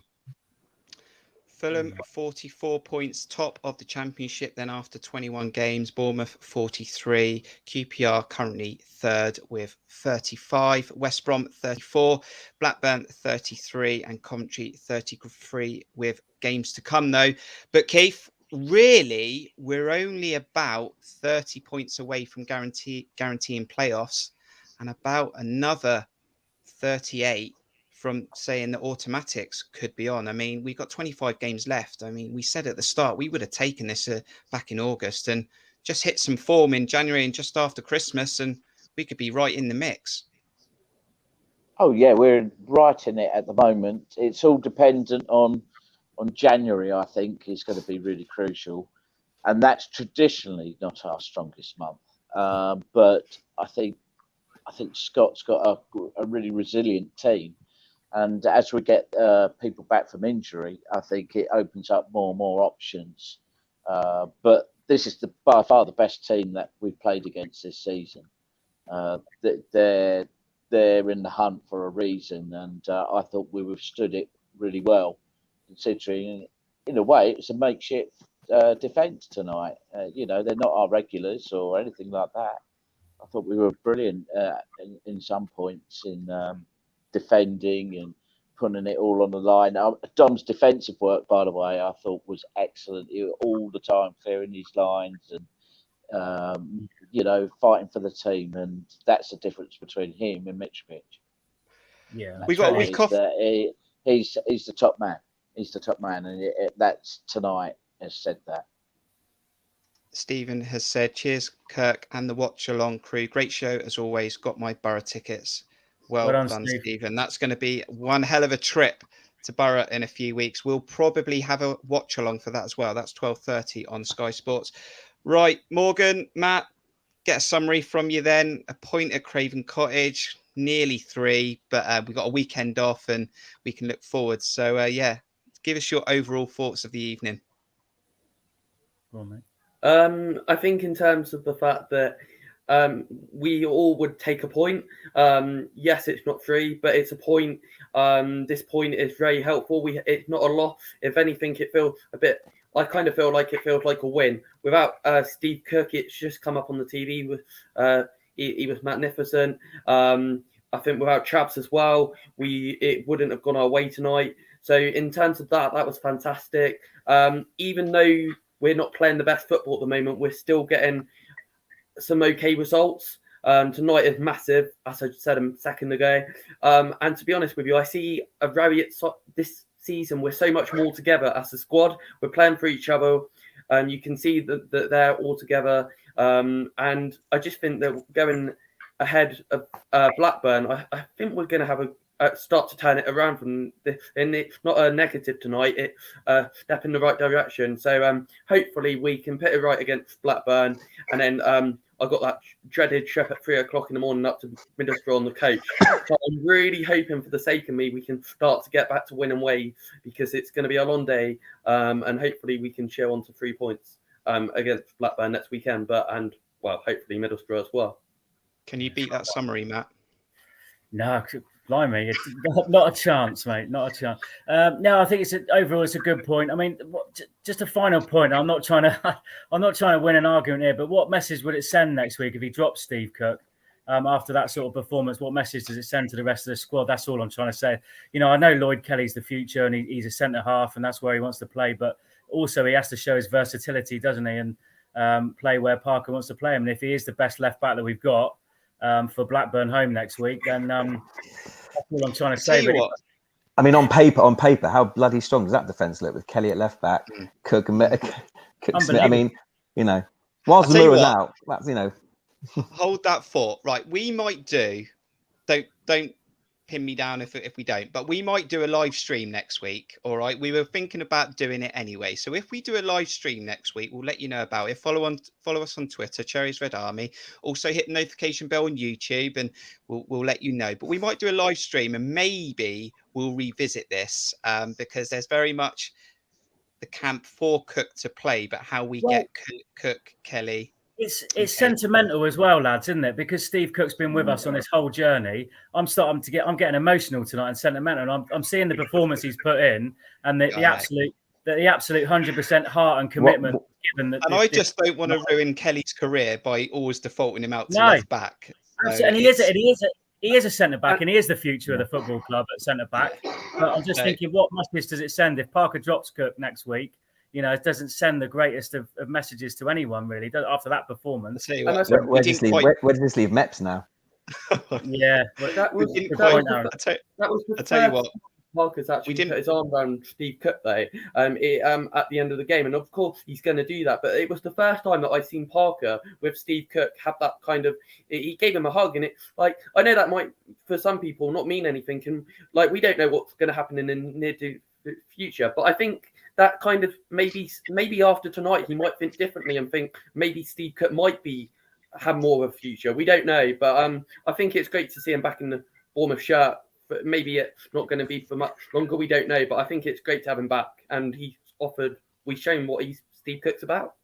Well, let's park that conversation. I reckon we're going to come back to it. It's a great point overall. It's a great point. So in summary, I'm well happy. It's a great point.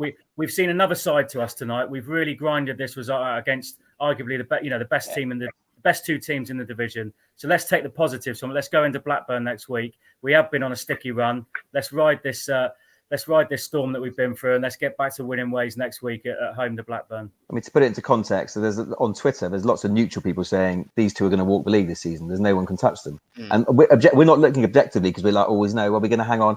And objective people, I've had friends watching this game tonight, neutral friends, don't support either team. They're like, you two are going to piss the league. Don't know which order, and they're probably right. Yeah. You can't argue with that, can you? Let's be happy with that. Yeah. Paul says, evening all, best I've seen Cookie play tonight on my live stream. He was immense, definitely happier with that point. And Steve, maybe Steve Cook putting himself in the January shop window, maybe for someone who's now managing a team in black and white. Aaron, final thoughts. Aaron, we've been on for a few hours. It's been an interesting stream, and your summary. Summary is, like we're 21 games into the season, we've only lost 2 games. And I think, it was a great result. I really did fear for tonight. I kind of had resigned myself to the fact we were going to probably lose tonight and wasn't even going to feel that bad about it. So to go and get a point was brilliant. Yeah, obviously it's a bit disappointing to get to the last 6-7 minutes, but great point. Players coming back from injury, which is brilliant. Plus, obviously, Smith was fantastic. Cahill's back. Pearson is back. I think Brady obviously played. Kelly's back soon. Hopefully everyone but Zamura won't be too far away. So yeah, it's all positive. But we've got to recharge this week. Blackburn's another big game. We've got to. This point's a very good point if we go and beat Blackburn. If we don't beat Blackburn, then we'll be a bit like, here we go again. But right. I'm happy. One name, 3 seconds. One name. You man the match. Right, 3, 2, 1. Everyone. After 3 seconds, everyone. 3 seconds. You man the match. One name. 3, 2, 1. Steve Cook. Excellent, Keith. Great to see you. I'm sure we'll see you again soon. Have a great weekend. See you the weekend. I'll see you at the weekend. Yes, certainly. So you'll be seeing me. You there, Keith? Next time. You there, Yeah, I Aiky? definitely am, Matty. Yeah, I look Yeah. forward Everyone's to going it. to be there. Fantastic. Cheers, Keith. brilliant See you stuff. soon. See you later. Bye. See you, Keithy. Cheers, Keith. Matt and Morgan, thanks for coming on this evening. Enjoy your weekend, and I'll see you at Blackburn if you're there. Yes, look forward to it, Yeah, Kurt. we'll do. Thanks Thank for you having very us. See you, Well, boys. look after Good week. yourself. And Aaron as well. Thanks for coming on this latest watch along and giving you input. Enjoy your weekend. You too, mate. See you soon. The Cherries. Thank you to you, the fans, everyone who's joined in this evening. Paul Spicer's going in there. Steve Cook, Thomas, thanks, lads. No, thank you. Thank you to everyone. Hit the subscribe button if you're new to the channel. Also, hit the like. Really, really appreciate it. We said we would take a draw at the start of the night. We were so close to taking all 3 points, but we are still in the hunt, aren't we? We're still at the top. Well, we're still with the tops, currently in second. And we can now sit back and watch the rest of the championship play out. But thank you to everyone who's currently watched. Enjoy the rest of the weekend. We have content coming for you next week. Hit the notification bell. Follow us on Twitter. We'll see you on the next video. Well done, Solanke. Up the Cherries.